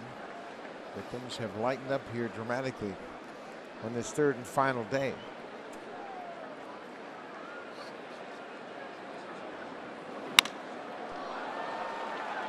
Russell Martin, a 2-out single on the first pitch. Russell's 1 for 3.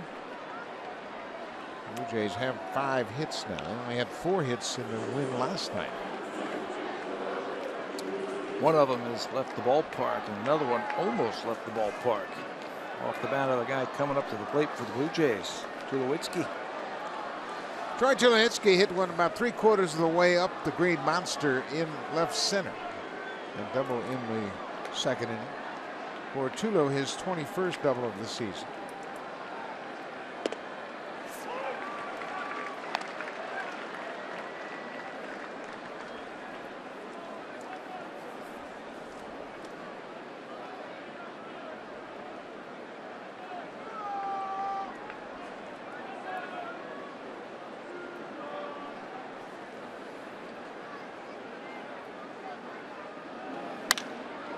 Line drive into center. Jackie Bradley Jr. is there and makes an easy catch. The Blue Jays get a 2-out single. Aaron Sanchez is getting set to take the mound in the 6th. Boston doesn't have a hit yet against Sanchez.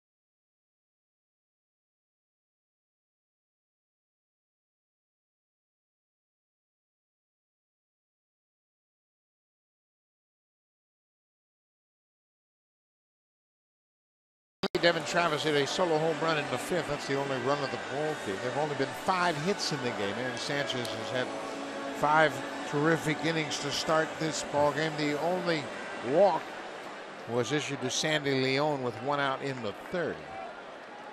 Aaron's also hit a batter that came last inning, but other than that, his fastball command has been outstanding. His breaking ball has been outstanding. He's trying to go through this Red Sox lineup after Benintendi, the first batter, for a 3rd time. Number 9 hitter Andrew Benintendi takes the first pitch outside. Red Sox, the best hitting team in the American League.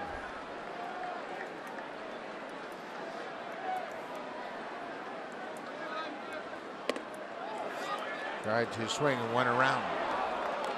Quinn Wolcott down to 3rd, brings him up for the swing. It's a ball and a strike to Benintendi. Started the year in A-ball, played 34 games there, then up to Double-A for 63 games before he was called up to the Red Sox on August 2nd.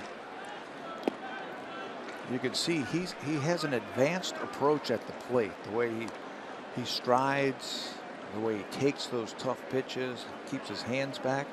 At the time that he was brought up, he was leading all of the minor leagues in triples with 12.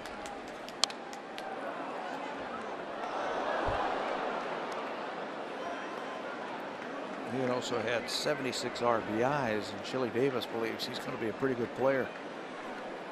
Chili Davis, a longtime major league hitter himself, a switch hitter.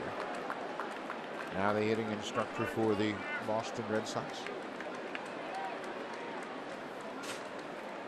Here's the 2-2 pitch.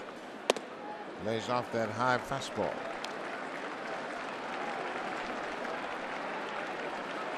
Sanchez had to have a great spring to earn a spot in the rotation, and he did. He was in competition with Gavin Floyd. Wow. Sanchez doesn't get called. Leadoff walk to Benintendi here in this 1-run game. Second walk issued by Sanchez. But John Gibbons saw Sanchez in the spring, and he and his coaching staff said, hey man, we got to have this guy in the rotation. He's feeling too good. Aaron wanted that starting job. He worked out in the offseason at Duke with Marcus Stroman. He put on a lot of muscle, got himself in great shape. And he said that stability of having the strength in his legs and lower half has allowed him to refine his mechanics and repeat his delivery. Yeah, it didn't start in March. It started at the end of the 2015 season. What he has done this year, getting stronger, getting a little bit more physical.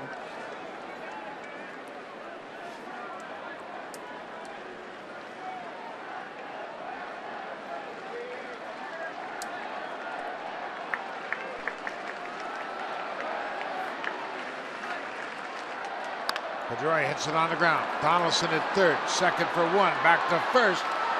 In time, double play. So that leadoff walk erased by the double play. Good feed from Donaldson. Good turn to second by Travis. And they get Pedroia to bounce into the 5-4-3 double play. Tough hitter. The ball taking Donaldson to the bag. How about the turn by Travis at second base? Much to the delight of his starter, Aaron Sanchez. He was bearing down and turned it with his left foot, planted the right foot, and fired right over the head of the sliding base runner. Got to stay right in there with that runner bearing down on you. Good turn. Brock Hull hits one high and deep into the outfield, but that's no man's land out there. The triangle here at Fenway. Aaron Sanchez, through 6 innings, has not allowed a base hit to the potent Red Sox.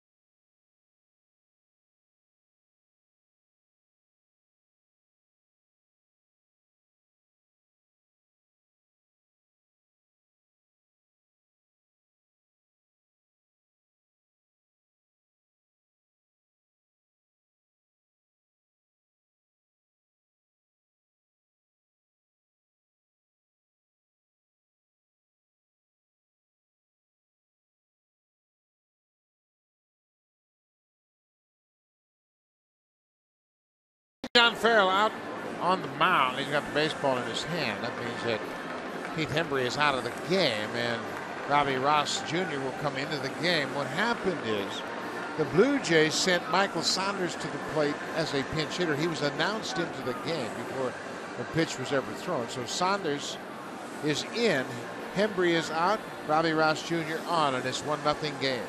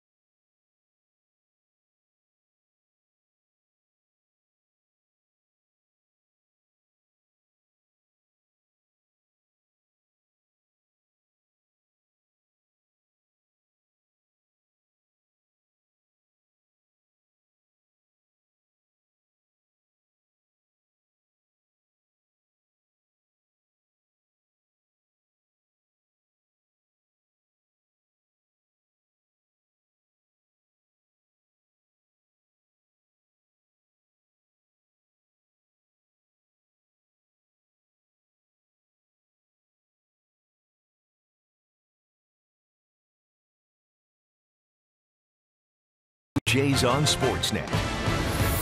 Presented by the all-new 2017 Ridgeline. A lot of things have changed, but one thing hasn't. Honda, official vehicle of the Toronto Blue Jays. Proud fan since 1977.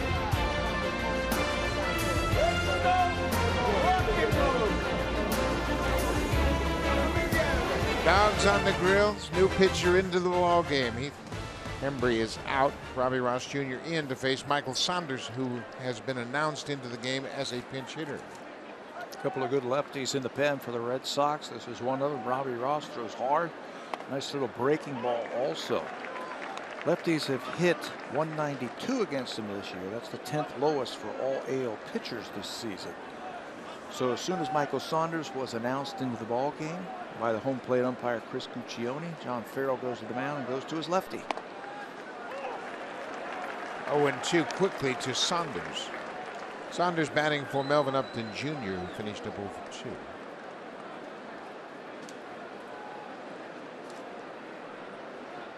Michael for the season carrying a .254 average. He's established a new career high with 24 home runs, and he's driven in 57. That's the hard throwing Matt Barnes. Barnes pitched in last night's game, came into the game with a runner on.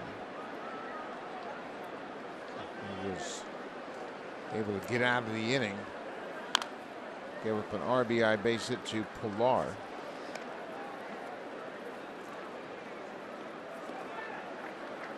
The run was charged to the starter, Eduardo Rodriguez. So Barnes' line was 1 inning, 1 hit, and 1 walk. 1-2 to Michael Saunders, and that's a pitch upstairs. It's a 1-0 game. Blue Jays have 5 hits. The Red Sox don't have a hit.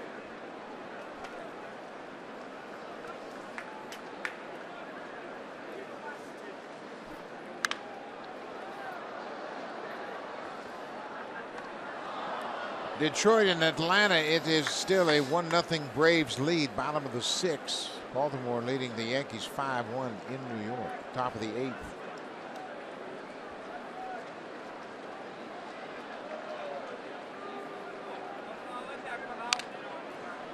David Ortiz playing in his final regular season game. The same for Mark Teixeira for the Yankees.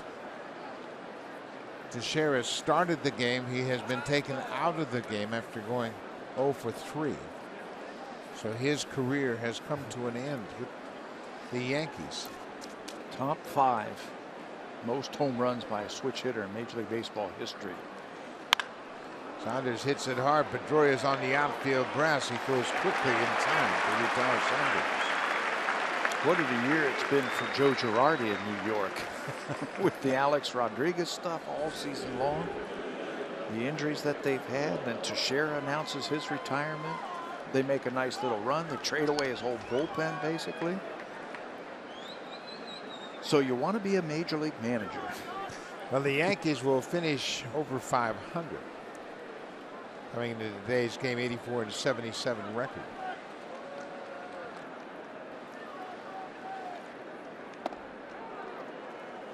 Kevin Pillar has lined out and popped out. Top of the 7th inning on this final Sunday of the regular season.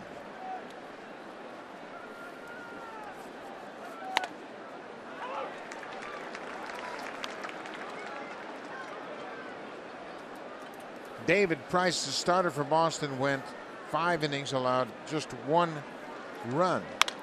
Pillar shoots one past Ramirez down the right field line. He's headed for second. Mookie Betts plays it off the wall. Pillar with a stand-up double. What a series Kevin Pillar has had here in Boston to finish up the season. Kevin had 2 hits in yesterday's game, 3 RBIs, a big sacrifice bunt, and then gets himself into scoring position with this hit down the right field line. He's made a habit of hitting doubles this year. Mookie Betts plays it nicely off the wall to hold him to a double. For Pillar, that's his 35th double of the season.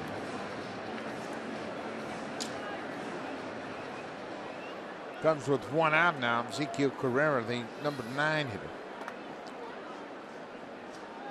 35 doubles for Pillar. That gets him just outside the top 10 in the American League in doubles on the season.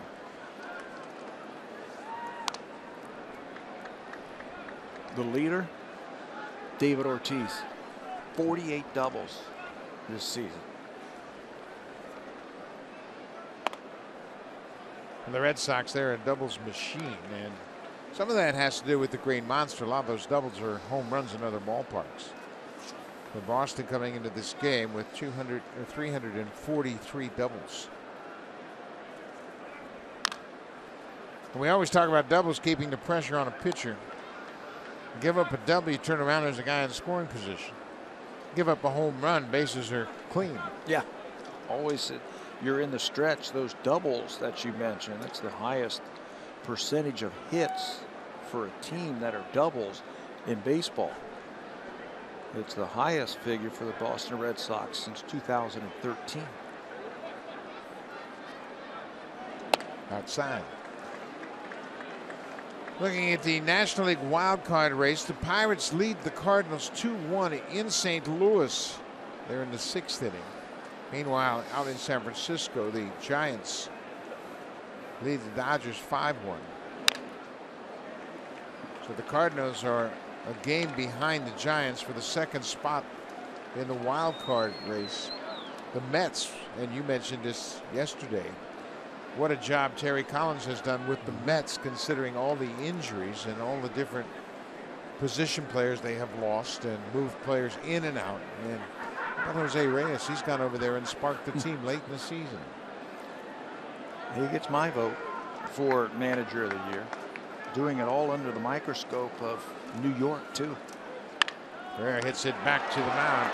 Bobby Ross thought about going to second, and he made a good call right there. Drive of the Game is brought to you by Honda, official vehicle of the Toronto Blue Jays, proud fan since 1977. To this point, the only player to touch home plate this afternoon is Devin Travis. This is his 11th home run of the season. Deep down the left field line. There he is as he touches home plate with this afternoon's drive of the game. 11th home run of the season, and Devin Travis has forced John Farrell's hand into a pitching change. Travis, the right-hander. Ross out. Matt Barnes in.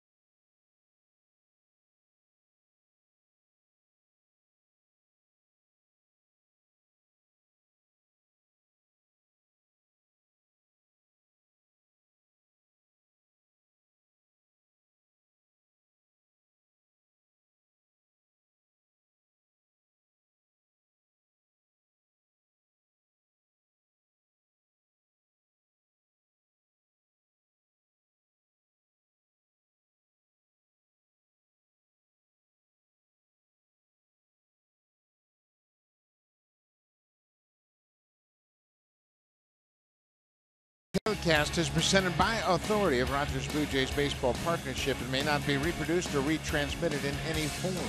And the accounts and descriptions of this game may not be disseminated without the express written consent of Rogers Blue Jays Baseball Partnership. David Ortiz was honored in a pregame ceremony. Each of the 3 days, they've had a different theme of their pregame ceremonies to honor David Ortiz. Today, it was all about his former teammates and the great teams the Red Sox have put together since David Ortiz joined the organization. Matt Barnes into the ball game. We saw Barnes yesterday. He gave up the hit to Pilar to score a run in the 6th inning. Scored Russell Martin from second base. He leads all Sox relievers in appearances. This is his 62nd of the season and innings pitched. Hard throwing right-hander. Devin Travis, he's 2 for 3. Both those hits coming off of David Price and a home run in the 5th, the only run of this ball game.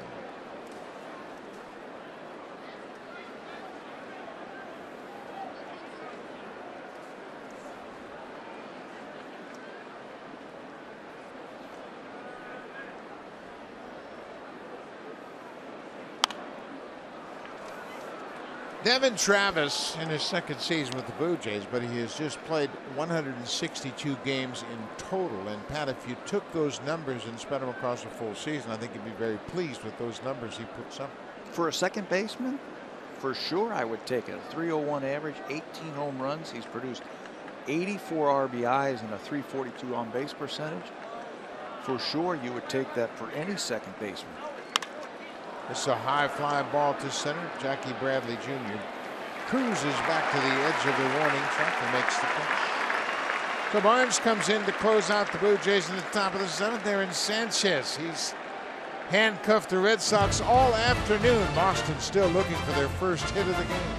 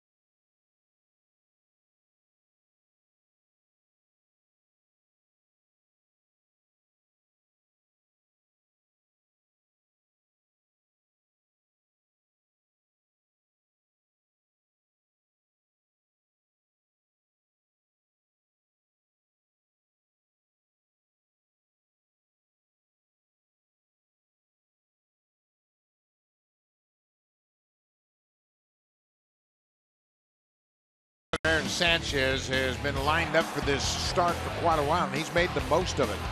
When the stage and the game becomes bigger, it seems like Aaron Sanchez is ready for his job. He has come in, he is firing strikes, his fastball, he's been hitting his spots with his fastball, his changeup's been good, his curveball has been good. This is the best hitting team in the American League, the Boston Red Sox, and he's handling them through 6 innings. 6 strikeouts for Sanchez, a couple of walks. He's also hit a batter. But he hasn't given up a safety yet, as they call it. He's going to have to deal with Betts, Ortiz, and Ramirez here in the 7th inning, but right now he is firing on all cylinders. Do you let him go as far as he can today? Take the pitch counts out of it? You got to win this game. You see Saunders in left field after coming in the game as a pinch hitter, but you got to win this game. If you're the Blue Jays, they win the game, and Baltimore wins the game, you end up playing the wild card game on Tuesday at Rogers Center. Now, everybody knows how overworked the bullpen has been recently and how they need a break. And this is the guy that can give you the break. He's thrown 80 pitches through 6 innings. It's a cool day here. This is a perfect day for a pitcher to win. That's what I thought. Perfect. So you just push him as far as you can, and you ride him for as long as you can today, because you have to win the game. You have to win the game. He's in great shape. He has not thrown one pitch today that suggests he's trying to overthrow or trying to generate velocity. He's had a terrific delivery all afternoon, and he has not allowed a hit to the best hitting team in the American League.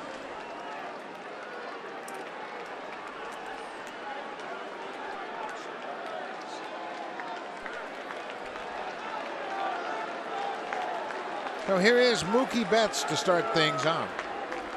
Sanchez throws the first pitch strike, and that's been a theme all afternoon from Aaron. And the Red Sox have been very happy to go ahead and just take it and fall behind 0-1. Curveball missed away. Sanchez and Martin, they've been really wearing out that down and away strike to right-handed hitters. I mean, they have hit it all day. Right there, that time they missed. 1-0 Blue Jays. Baltimore is winning 5-1 in the 8th inning in New York. Detroit trails Atlanta 1-0 in the 7th.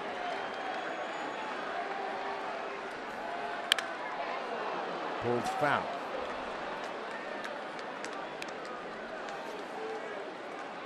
Boy, he's quick inside. He can really create some backspin with his swing. His hands are so quick. Try and throw a fastball by him on the inner half. He can pull the ball down the left field line.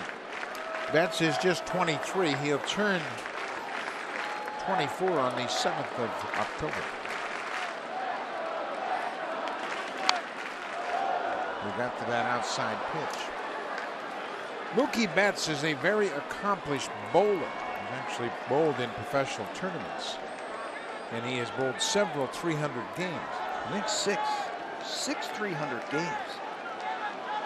It's an odd combination, baseball player and bowler. That's a full count. I think that goes with the hand-eye coordination that we were talking about in his first at bat, that he's got such great hand-eye coordination. And he can drop that ball wherever he needs to. Don't have to tell you who's on deck.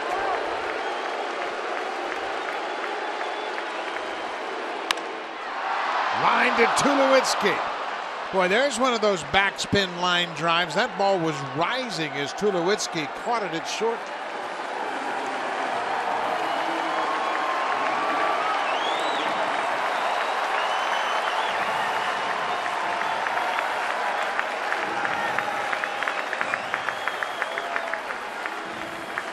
Ortiz homered in the 7th inning of Friday night's game, part of a 4-run 7th inning. He hit a 2-run home run to right. Everybody's standing. This could be his final regular season at bat of his career.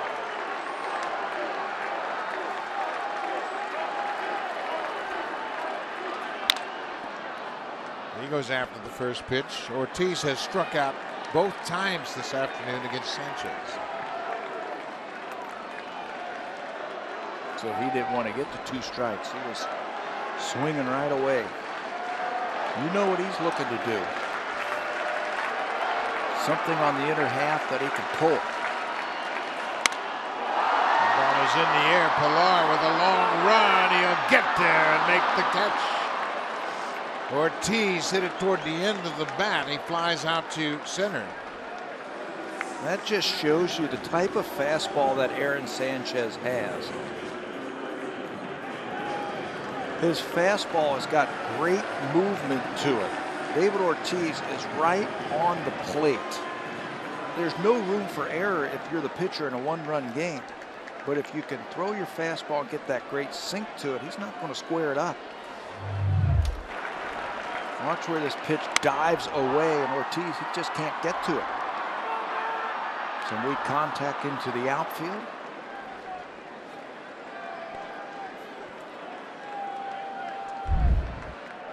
Everybody knows what's going on.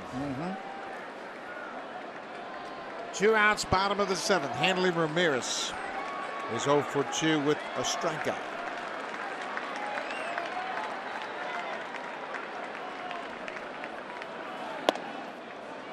Boy, he has been hitting his spots. One more time. Look at how he is on the plate. There's just no place to pitch to him. But the tremendous movement that you get with that fastball, it takes it off the barrel and hits it off the end of the bat. Breaking ball, high and deep to left, and fair. Donaldson saying it's foul. Quinn Wolcott said it's fair, and Gibbons is already out of the dugout. Donaldson was looking down the line, and he waved it foul. Quinn Wolcott, the umpire, called it fair, and Hanley Ramirez has tied it up. A breaking ball. It stayed over the middle of the plate for Ramirez, his 30th home run. He hit what was a big home run for him against the Yankees that propelled them off to that 11-game win streak. He has not had a hit until this at-bat in this series. The Blue Jays have pitched him tough until this at-bat. We're going to take a look at this one. Fastball away for strike one, then breaking ball that stayed over the middle of the plate. With that home run, Hanley Ramirez joins David Ortiz and Mookie Betts, 30 home runs and 100+ RBIs. Boy, that breaking ball just stayed up and out over the plate. Very difficult to see the baseball from that angle. But Donaldson immediately came up and waved it foul. The crowd reacting. Again, very difficult to pick up the baseball. Well, if that's over the foul pole, I think it went just over. The foul pole wasn't high enough. There's the curveball on the inner half. He's asking that ball to go foul. And you can tell by the reaction of the fans, it's been called a home run.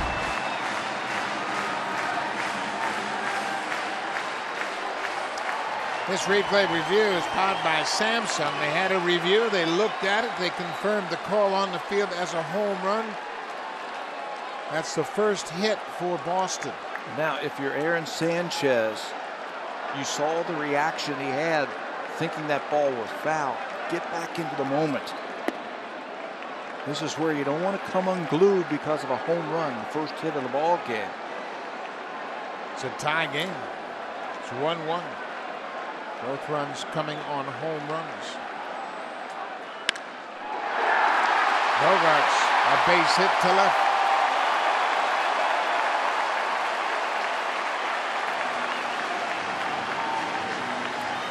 Russell Martin's going to go out and talk to his young starter. You got to get back in the moment.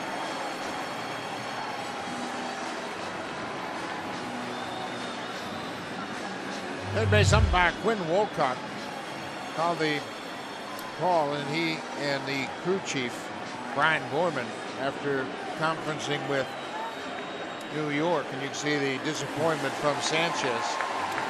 But you're right, he's got to get his heart rate under control and just focus on the batter, Jackie Bradley Jr. As you see Brett Cecil starting to loosen up for the Blue Jays. It can come all unraveled so quickly with one pitch, one swing of the bat. Seen it a million times, especially in this ballpark.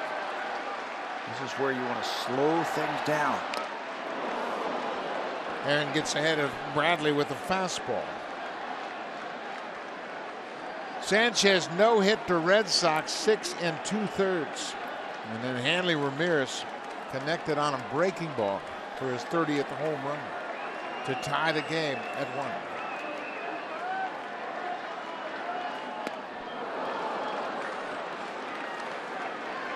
What a beautiful effort by Sanchez taking a no-hitter into the 7th here at Fenway Park. Yeah, against the Red Sox in this ballpark, dominant in this scenario. The pressure, Blue Jays have to win.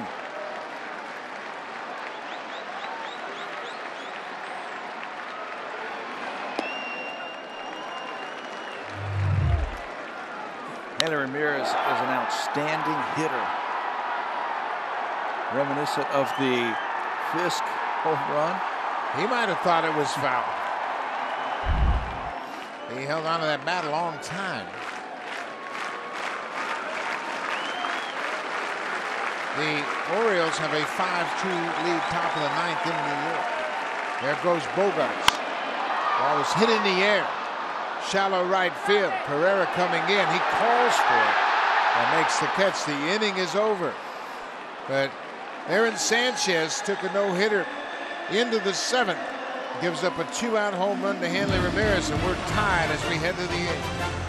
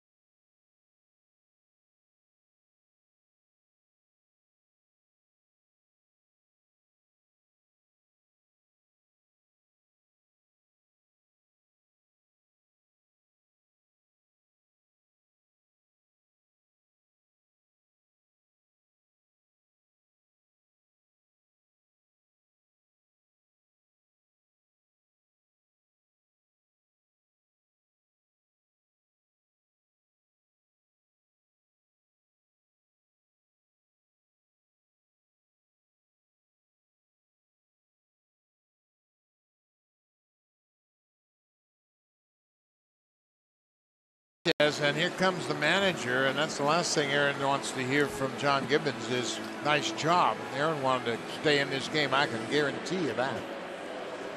It's a 1-1 game. He'll end up with a no decision. Just 2 hits allowed. One bad pitch, and the Red Sox are able to capitalize on it. It's a tie score. This is Brad Ziegler. Ziegler came in and won the game here the other day. That was on Friday night through a scoreless 7th inning, a hit and a walk. This is the 4th time that he has pitched against the Blue Jays this season. He does not have an earned run given up to the Blue Jays. Quite a transition going from Ross Barnes now to Ziegler, who is a sidearmer with a sinking fastball and a sweeping breaking ball.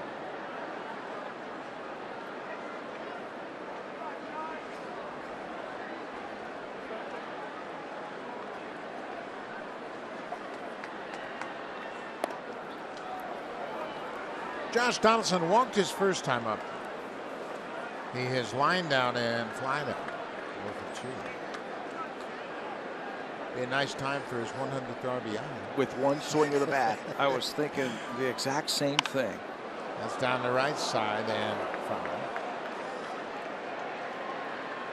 You know what you don't want to do as a right-handed hitter here at Fenway Park is think about home runs here. That's when your swing really gets out of whack. You want to think about covering the outside part of the plate because naturally the pitchers are going to want to keep the ball away from it. Think about the outside part of the plate and then react to the pitches on the inside. That slider missed inside. Ziegler doesn't want to throw that pitch inside.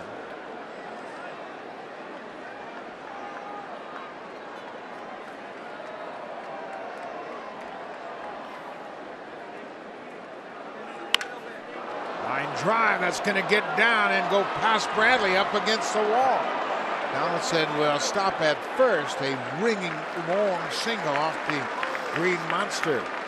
Good start for the Blue Jays here in the 8th. Normally that's a double into the gap, but because it's so shallow in left field, this is a line drive. It's so hard by Donaldson, and it's played perfectly by Jackie Bradley in center field. Sees where that ball is going to bounce off the wall, positions himself perfectly, and holds him to a single.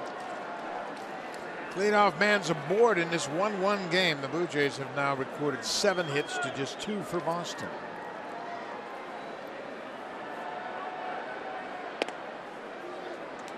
Edwin Encarnacion. Edwin is 0 for 2 with a walk.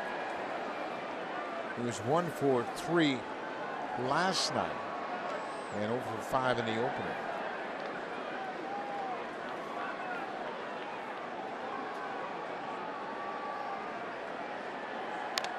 He came into this ball game tied with David Ortiz for the league lead for RBIs in the American League. Both have 127. Encarnacion's had a terrific season. His best season overall. 42 home runs, 127 RBIs. He's played a lot of first base this year. And he's played it well.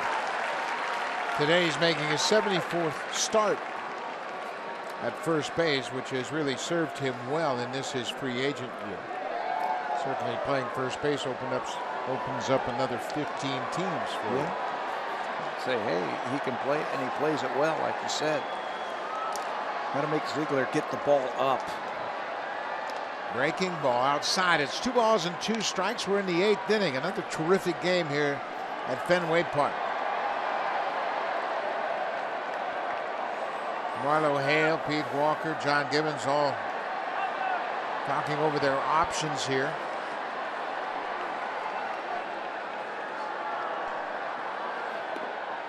Full count. Encarnacion walked in the 4th against Price. Bautista waits on deck. Lots of talking going on between the coaches and the base runner, Josh Donaldson. Edwin is already grounded into 1 double play today. Maybe you start that runner to stay out of the double play. Not running. Ball 4. Well, the first 2 reached once again. That was the same scenario for the Blue Jays in the 4th, but they never moved them up. In the 4th inning, they had a walk and a single. Encarnacion and Bautista. And then Martin, Tulowitzki, and Upton all went down in order. So now the first 2 reach here in the 8th. And here comes Carl Willis, the pitching coach for the Boston Red Sox, to talk over some strategy with Jose Bautista. Last time up, Jose dropped down a bunt. So they might be discussing what they want to do, how they want to pitch to him, and what type of defense do they want to play against Jose. You see Willis now talking directly to Brad Ziegler about this situation. Bautista is 1 for 7 against the side owner. But you're right, he took a message out to the infielders as well about the possibility of Bautista bunting. Hard to have him bunt in this situation. In this ballpark? Absolutely. Really difficult. I don't think that would be something that the Blue Jays would consider. This guy's had a lot of success. I think he did that on his own that time where he tried to drop the bunt down. Bouncing ball, fair ball. Rockhold steps on the bag, fires to first. Double play, 2 away. Let's check in with Jamie Campbell.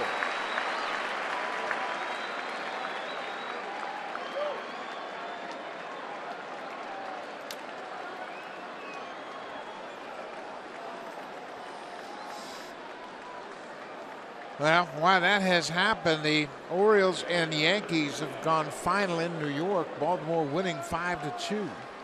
So they have clinched their wild card spot. Now it's up to the Blue Jays. They win. The game's at Rogers Center on Tuesday.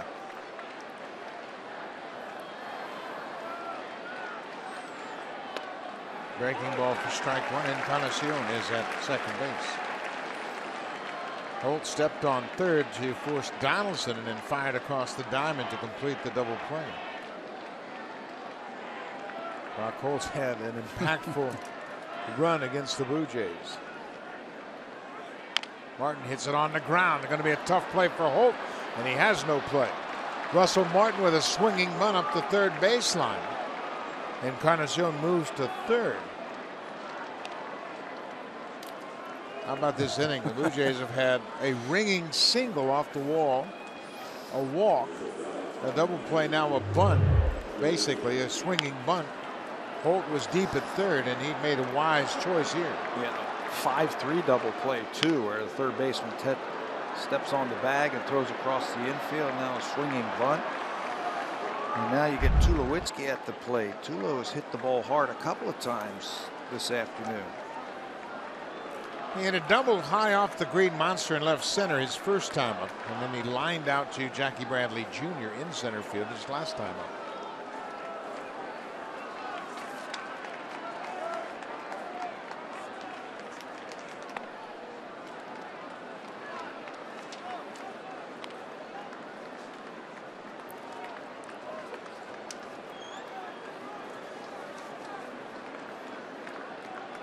Tulowitzki has faced Ziegler in the past. He's 2 for 7. Ziegler pitched for Arizona internationally.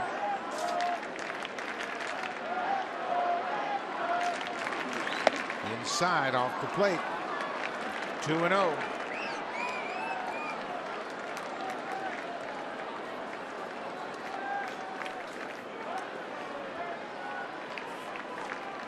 Encarnacion at third base. Martin at first base. Blue Jays have had 2 hits in this inning and a walk. But Bautista bounced into a double play. So there are 2 outs. Tulowitzki hits it over Pedroia into center field. Here comes Encarnacion. Martin is headed for third, and Troy Tulowitzki has given the Blue Jays the lead here in the 8th. Well, the Blue Jays have been needing clutch hits. Tulo's been swinging a hot bat. You mentioned the double. He also smoked the ball to center field in his last at bat. Couldn't get it over the head of Jackie Bradley Jr., so he says, you know what, I'm going to dump one in front of him. What a piece of hitting right there against a tough right-hander. That's the first runs the Blue Jays have been able to score against Brad Ziegler this season. How about this? This is the base hit by Tulowitzki just over Pedroia's glove into center field. Encarnacion comes in to score. Tulowitzki with another big hit has given the Blue Jays the lead. You could see him celebrating before he got the first. Fired up with another big RBI. Drew Pomerantz, the starter, into the game to face Saunders.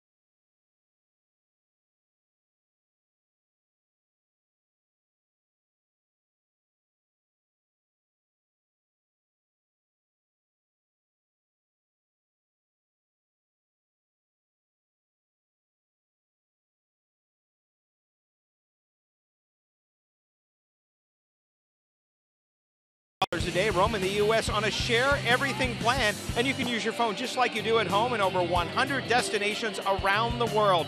Go to bluejays.com/roam-like-home for more details. All these fans taking advantage of the Roam Like Home, telling them they're at David Ortiz's final game and possibly, guys, the game that clinches a Blue Jays a wild card spot.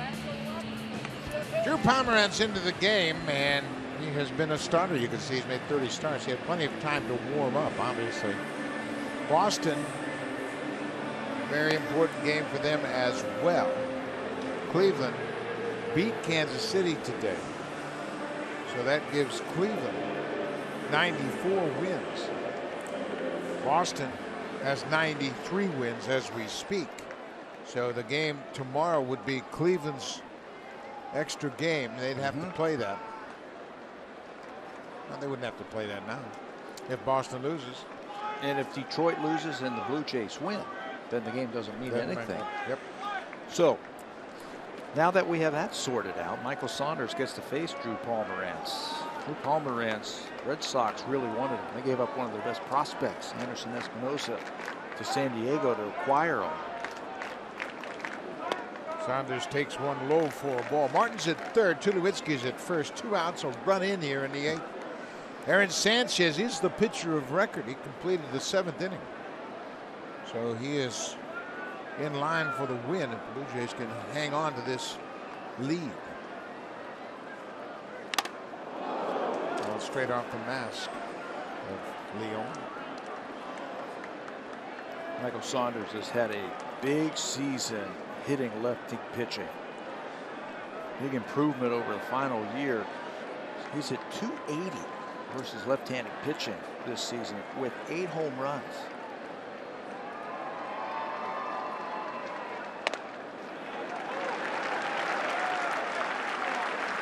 He was looking for his big curveball. That's his best pitch, Pomeranz. It's a knuckle curve. He can really spin it. Michael was looking for it right there, and he crossed him up with the fastball.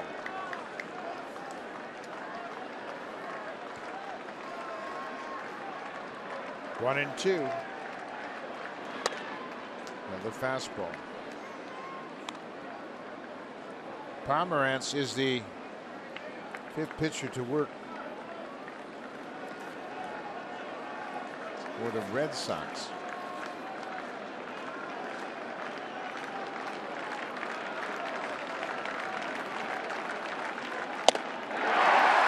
He strikes out Saunders to end the inning, but the Blue Jays take the lead on Troy Tulowitzki's RBI single. We go to the bottom of the 8th. Now time for a Blue Jays Central update. Here's Jamie Campbell and Greg Zahn in the Samsung broadcast studio.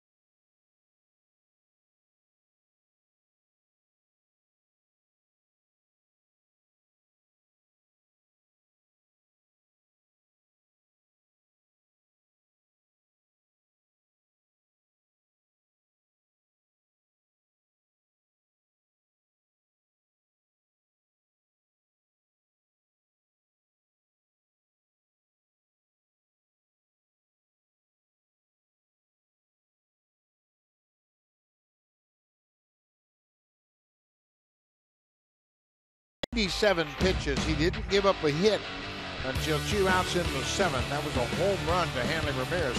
2 hits overall, 2 walks, 6 strikeouts, 97 pitches. And he is in line for the win as the Blue Jays have a 2-1 lead. And he drops that earned run average to an even 3 this season. So great outing for Sanchez. He's going to give way to the new pitcher. Brett Cecil comes on. Cecil was victimized by that David Ortiz home run on Friday night. And he will get the bottom of the order, and he will get a pinch hitter.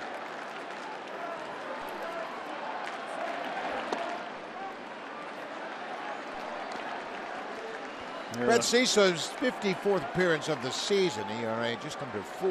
He's throwing the ball very well of late. Most of those numbers inflated early in the season. This is Chris Young.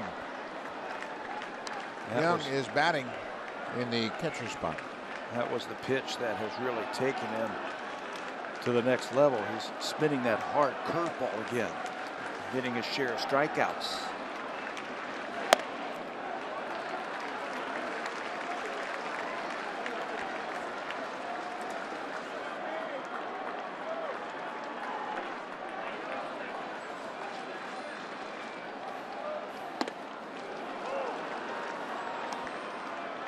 Unusual times call for unusual measures, and the Blue Jays have Francisco Liriano down in their bullpen along with Joe Biagini.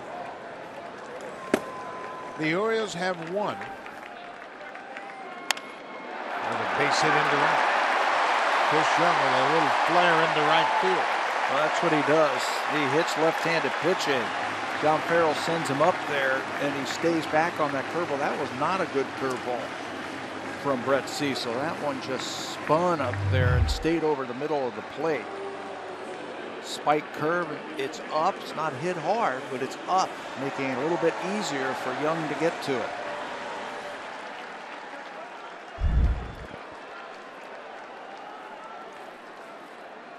Andrew Benintendi, the left fielder, squares to bunt and bunts it into the air, foul.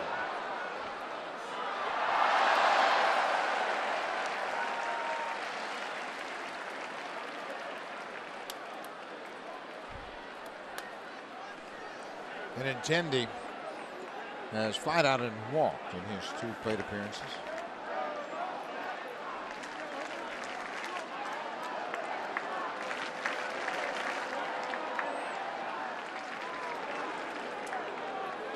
He gave away after that throw to first base that he was bunting. So if you're Josh Donaldson, cheat. Come charging as soon as Brett Cecil picks up his leg. Maybe you can get that lead runner. Squares again to bunt, pops this one foul, and it drops before Encarnacion could get there.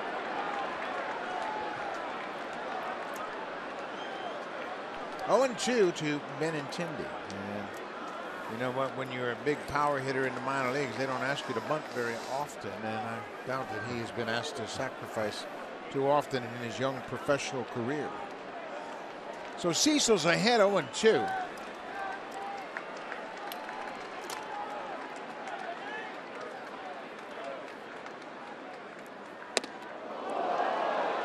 That ball was a curveball, and they wanted it down in a way. It looked like it slipped right out of his hand. Benintendi's never seen Cecil before. Throw him a good one. Coming right back with it. What a jump by Young. He got a running start, and Benintendi is called out on the curveball, but Cecil so focused on throwing the good breaking pitch allowed Young to steal it, and he had a running start. That's why Russell Martin doesn't do anything. He wants to hold that ball there to get the strikeout. They do on the hard curveball. And after the strikeout, here comes Joe Biagini. So Cecil strikes out Benintendi after the leadoff single. Now Dustin Pedroia will be the batter. Joe Biagini into the ball game. The Red Sox have the tying run in scoring position.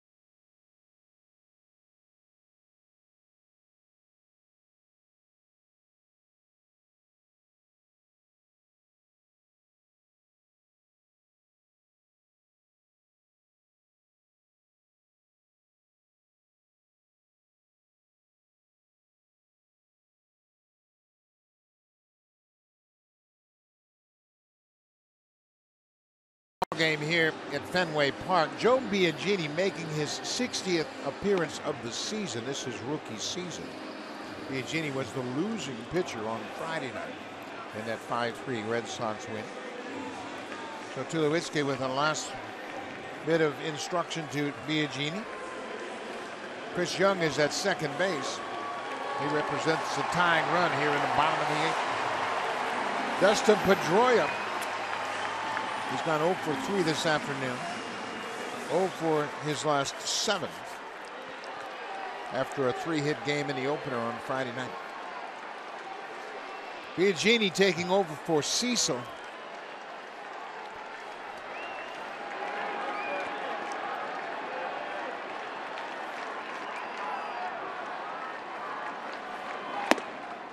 First pitch strike.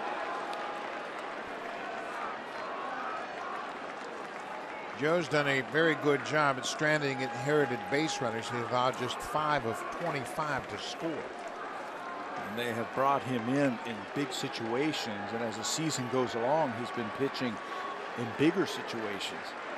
None bigger than this one. Pedroia taps it foul. Biagini has really developed his secondary pitches throughout the course of the season. He's improved his changeup. His cutter has gotten very good. His command has improved over the course of the season.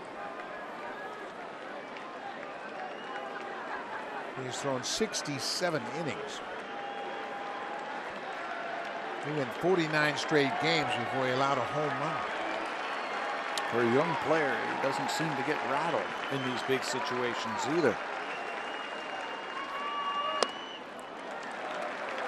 The Tigers have gone final. They have lost to Atlanta 1-0.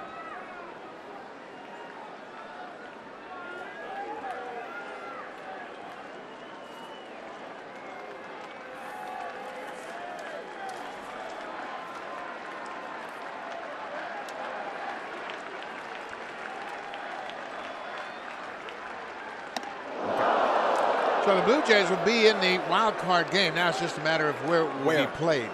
They will play the Orioles in the wild card game, and that's satisfying, I'm sure. You can see a little bit of a wry smile on Mark Shapira's face as he has just noticed the game, I'm sure, in Atlanta has gone final. That keeps them at 86 wins. The Blue Jays have 88. So now if the Blue Jays can hold on here, win this game, they will host on Tuesday. Pedroia covers that outside pitch and fouls it on. Boy, this guy's tough out. He is a tough out. You are going to have to make a pitch to get this guy out. He can cover the outside part of the plate. He can cover the inside, up, down. Russell Martin is thinking right along with him. 2-2 pitch. Curveball, he got a piece of it. Pedroia, for his career, was a 300 hitter. And he continues to battle. This is just the second season in his major league career that he's amassed 200 hits. Last time he did it was 2008. He was the league MVP in 2008.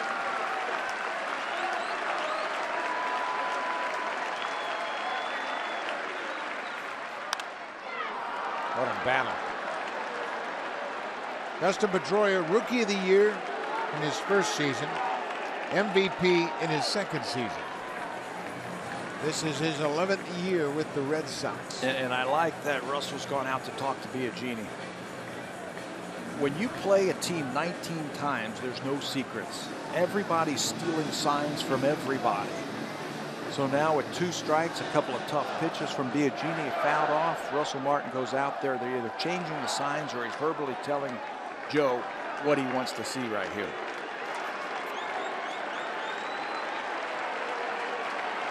No sign. 2-2 pitch to Pedroia. Down the left side, it's going to hook into the seats, out of play. That looked like it might have been a changeup. And Pedroia was way out in front. You make a great point about the sign stealing, and it's all within the parameters of the game. Guys at second base get there, they pick up a set of signs, they'll give you location, they can relay it to a hitter. And now with so much video in the game, it takes you 5 minutes to figure out a set of signs. Catchers just have to constantly switch things out. And go out there and tell his pitcher what they want to use. Pedroia hits it on the ground toward third. That's a fair ball. Donaldson throws. What a play. Oh, my. Josh Donaldson got to the ball. His momentum carried him into foul territory. He threw across his body and threw a strike to Encarnacion to retire Pedroia. What an unbelievable play by Donaldson. He has that knack of coming up with great plays. Playing deep with 2 strikes. Loves it. His momentum going away from first base. He knows he has to be quick. He knows he has to be accurate just ahead of Pedroia. What a play by Donaldson. Outstanding play. And he threw a strike in time to get Pedroia. 2 down. Young still at second.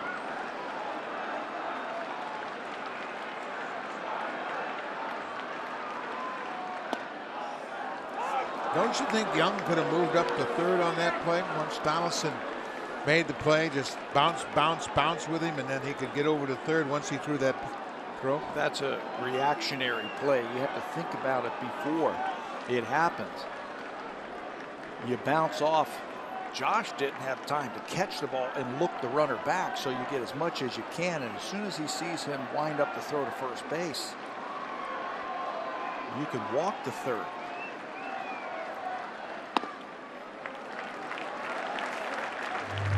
Josh Donaldson's going to sell out. He has to.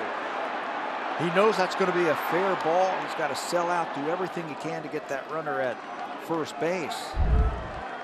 Well, Young, you're right. Could have moved up.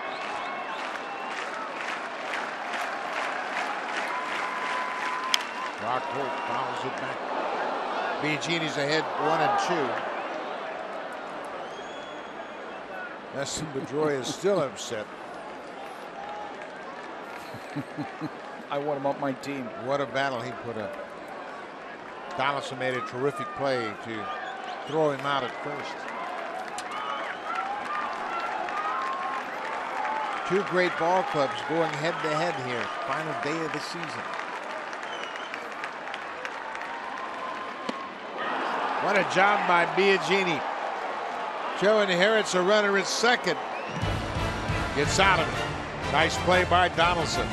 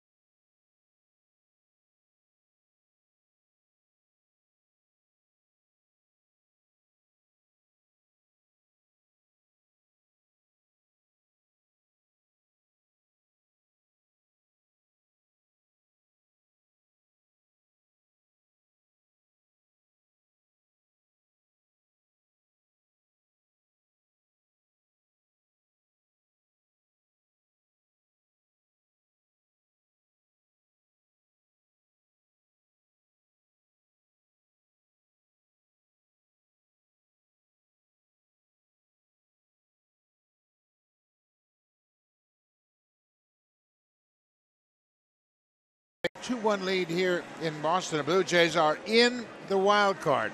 They will play the Orioles, and this is a live shot inside the Blue Jays clubhouse. They're preparing for a post-game celebration. Obviously, the players are aware now of the situation. They are in the wild card. Now it's only to be determined where that game will be played. The Blue Jays win, it'll be played at Rogers Center on Tuesday. Drew Pomerantz came into the ballgame and struck out Michael Saunders to end the top of the 8th.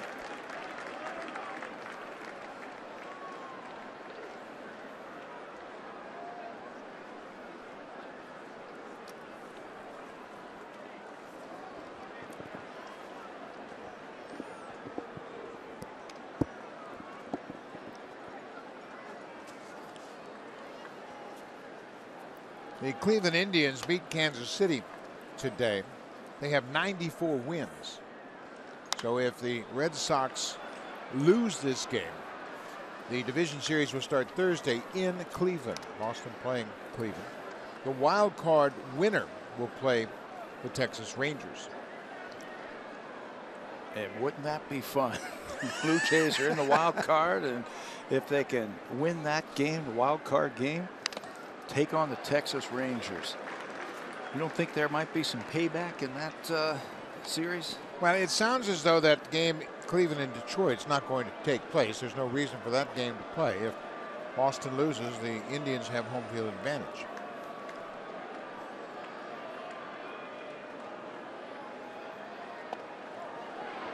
That also has significance as far as the American League ERA title. That's right. Michael Fulmer was scheduled to pitch that game on Monday. He is 3 innings shy of qualifying for the ERA title. Aaron Sanchez lowering his ERA today to 3.00 would be the ERA champ.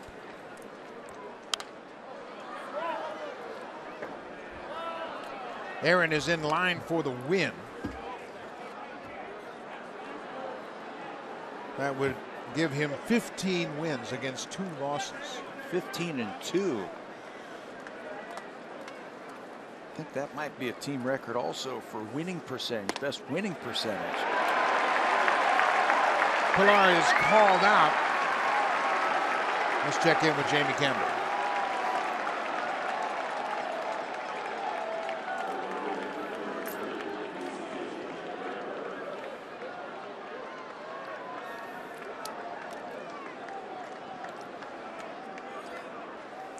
Thank you very much, Jamie. Everything is becoming clearer now, as the picture was very cloudy at the start of play as to who was going to play in the wild card games. Rare bunts it. Pomerantz can't field it. Ezequiel Carrera has been terrific in his ability to bunt. Dustin Pedroia, the second baseman, was anticipating the bunt. He was charging. He was right behind Pomerantz, and he was there ready to make the play. Get that pitcher involved. Make him get off the mound and make the play. Pomerantz can't backhand that ball. Carrera, it's an error on the pitcher, is at first base. He would have been better off if he let that ball go. Devin Travis.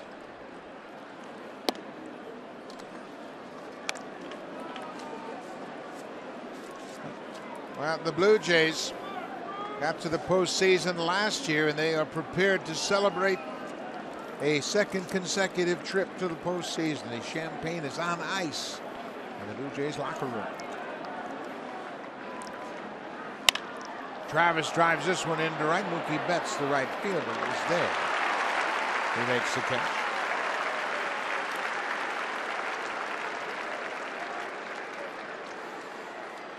It'll taste sweeter if they can hold on and win this game. What a series it has been. The Blue Jays hold the season advantage over the Orioles, 10-9. And because of that, if they win, the Blue Jays win, they will host the Orioles on Tuesday. American League wild card game. Josh Donaldson about a double right here for an extra run, making that job by that man right there a little bit easier. Osuna up and ready to go. John Gibbons was saying before the ball game, if they need him for an inning, he's available.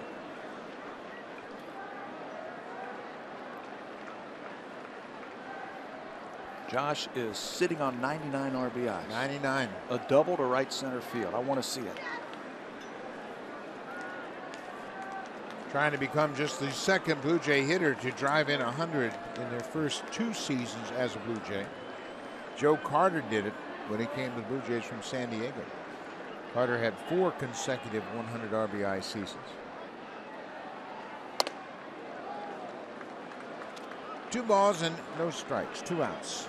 Blue Jays have a 2-1 lead.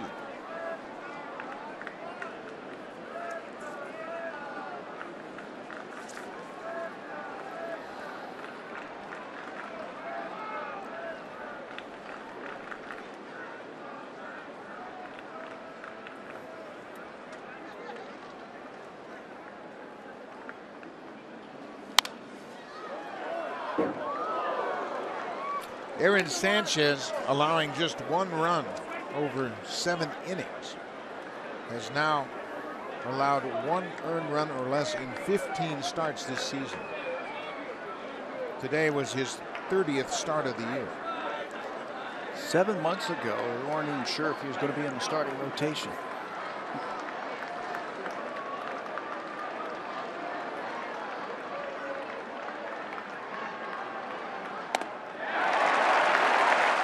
Two and two to Donaldson.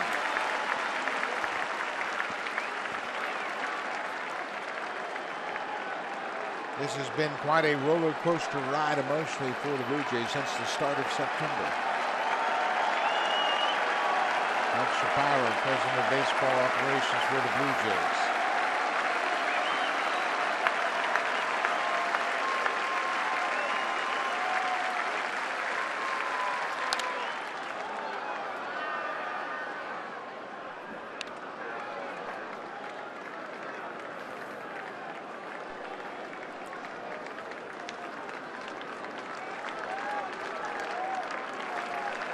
Two balls, 2 strikes. Corey Tulowitzki with the big base hit in the top of the 8th to give the Blue Jays the lead.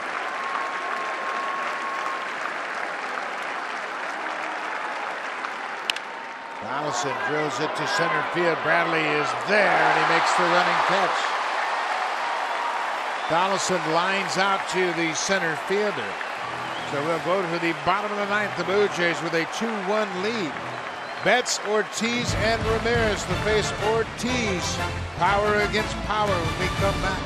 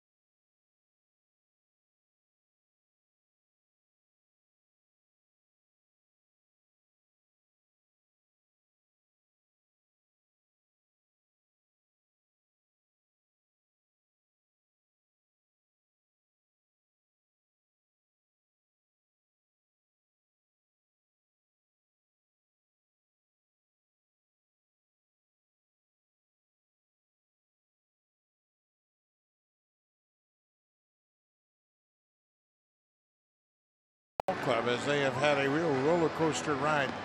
11-16 in September. They saw their lead in the AL East evaporate, but now they are 3 outs away from hosting a wild card game at Rogers Center against Baltimore on Tuesday.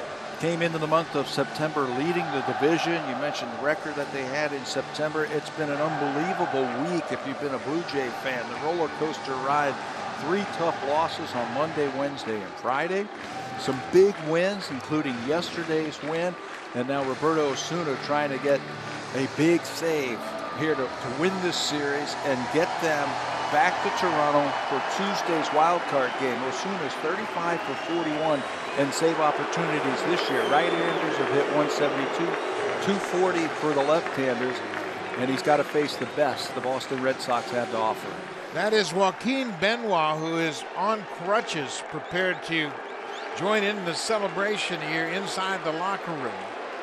As the champagne is on ice, Jeff Ross, the equipment man, Kevin Malloy, getting everything ready. You know, you couldn't ask for more drama than here in the bottom of the ninth. A 1-run game. Betts, and guess who is on deck? Big Papi. Mookie Betts takes the first pitch for a ball.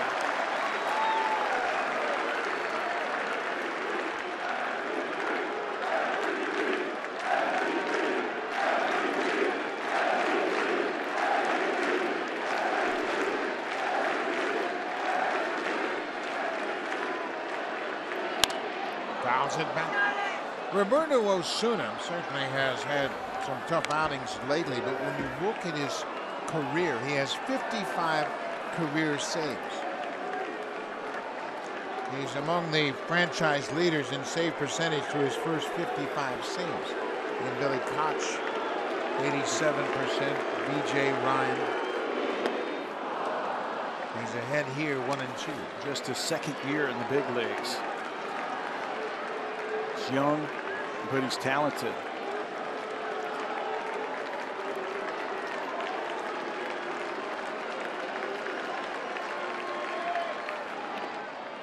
Breaking ball in the dirt.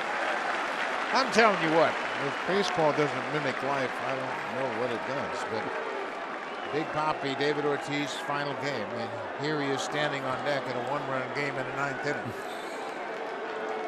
And nobody's left the house. Everybody's waiting to see how this one's going to finish off. Ground ball, Tulowitzki, it's short. In time, 1 away. He's unbelievable.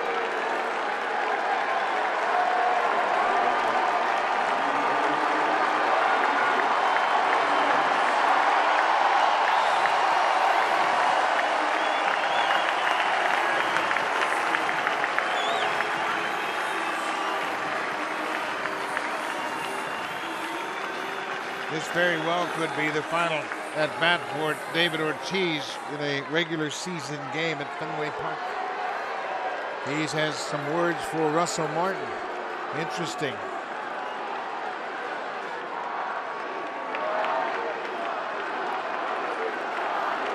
Blue Jays have a 2-1 lead.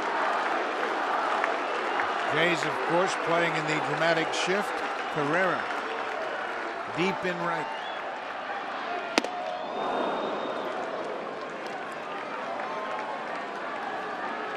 There's the shift. Everybody deep in the outfield, too. This looks like it's going to be power versus power. Osuna's best and Ortiz's best.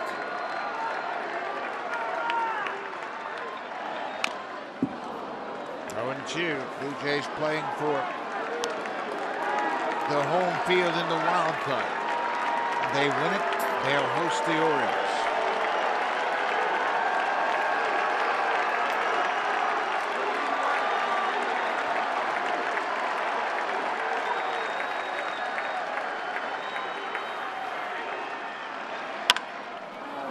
Tapper out in front of home. Martin will throw to first, 2 away.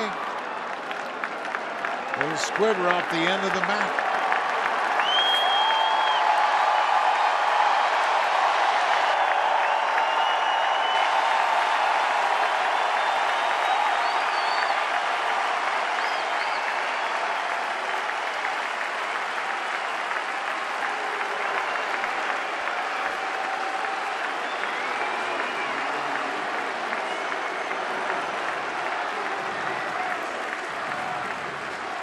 Not exactly the kind of final at bat he was hoping for.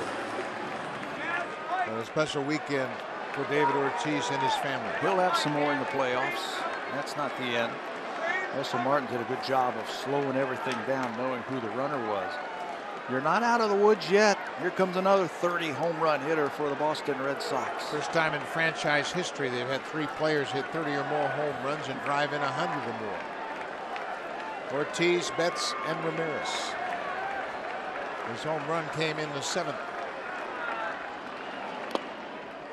That was the first hit surrendered by Aaron Sanchez. He had a no-hitter into the 7th.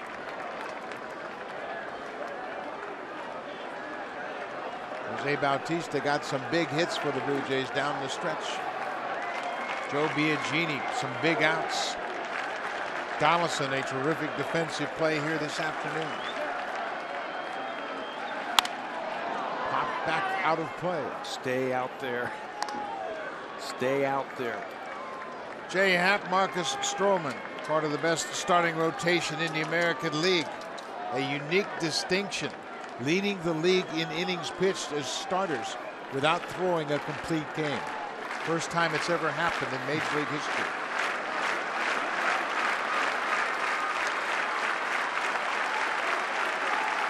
One count on Ramirez. He went after it. Trying to check on that slider and put.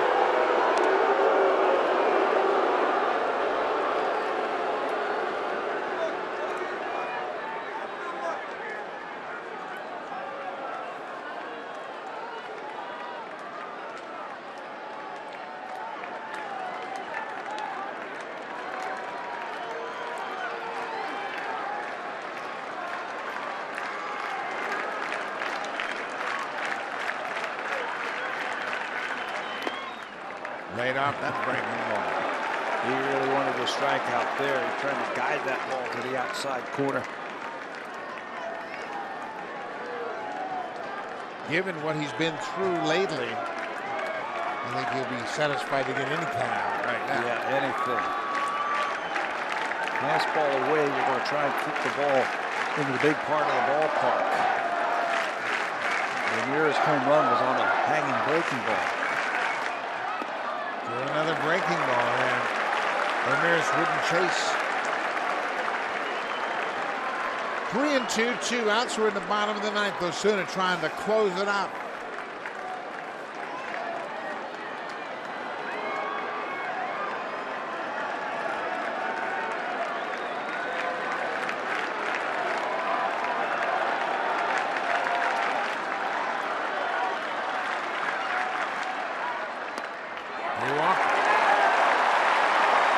Ramirez draws the 2-out walk.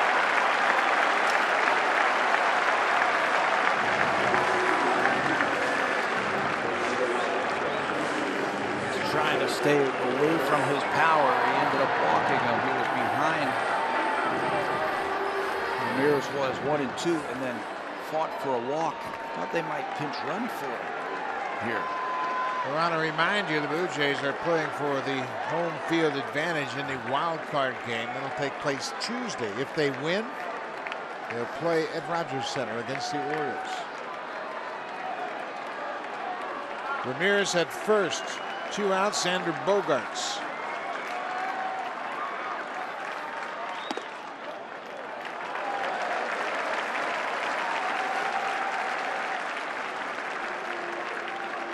Osuna pitched 2 innings in last night's game.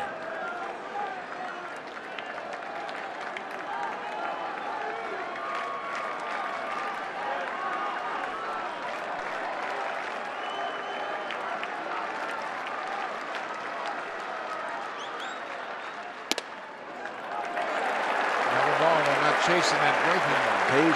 Patience by the Red Sox hitters.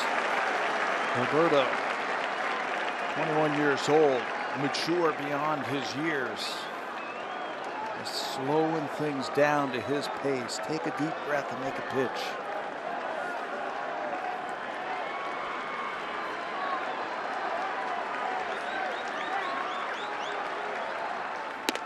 There's a strike with the fastball. 96. There's been a lot made about Osuna shaking off Russell Martin, but a lot of that could be Martin just trying to confuse the hitter. Yeah, one's a fastball, two's a curve. If you shake to a fastball.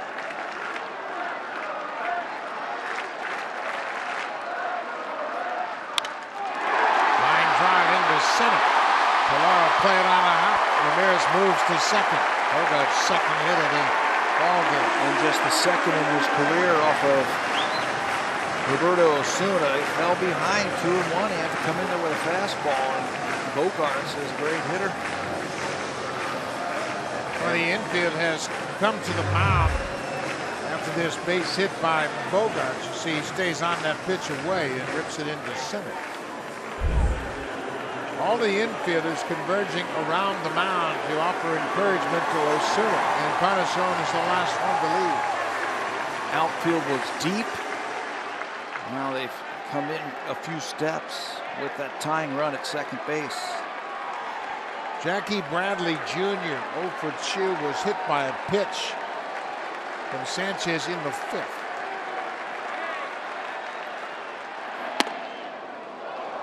First pitch strike.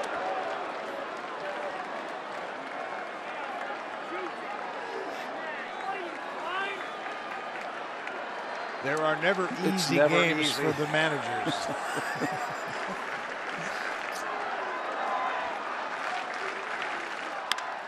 Ground ball. Donaldson has it. Takes his time. And the Blue Jays will host the wild card game on Tuesday. What a ball game. They win it 2-1. Devin Travis and Troy Tulowitzki with the RBIs. And they know exactly what they've accomplished now. They will be the home team Tuesday when they play the Orioles in the American League wild card game. This series had a little bit of everything. Great pitching, great defense. We saw some clutch hitting. Blue Jays come up with some big hits. Great outing today by Sanchez. They lost the first game by 2 runs when they gave up 4 runs late. A nail biter in last night's game, 4-3, and then a close one here, 2-1. What a ball game. What a series by the Blue Jays.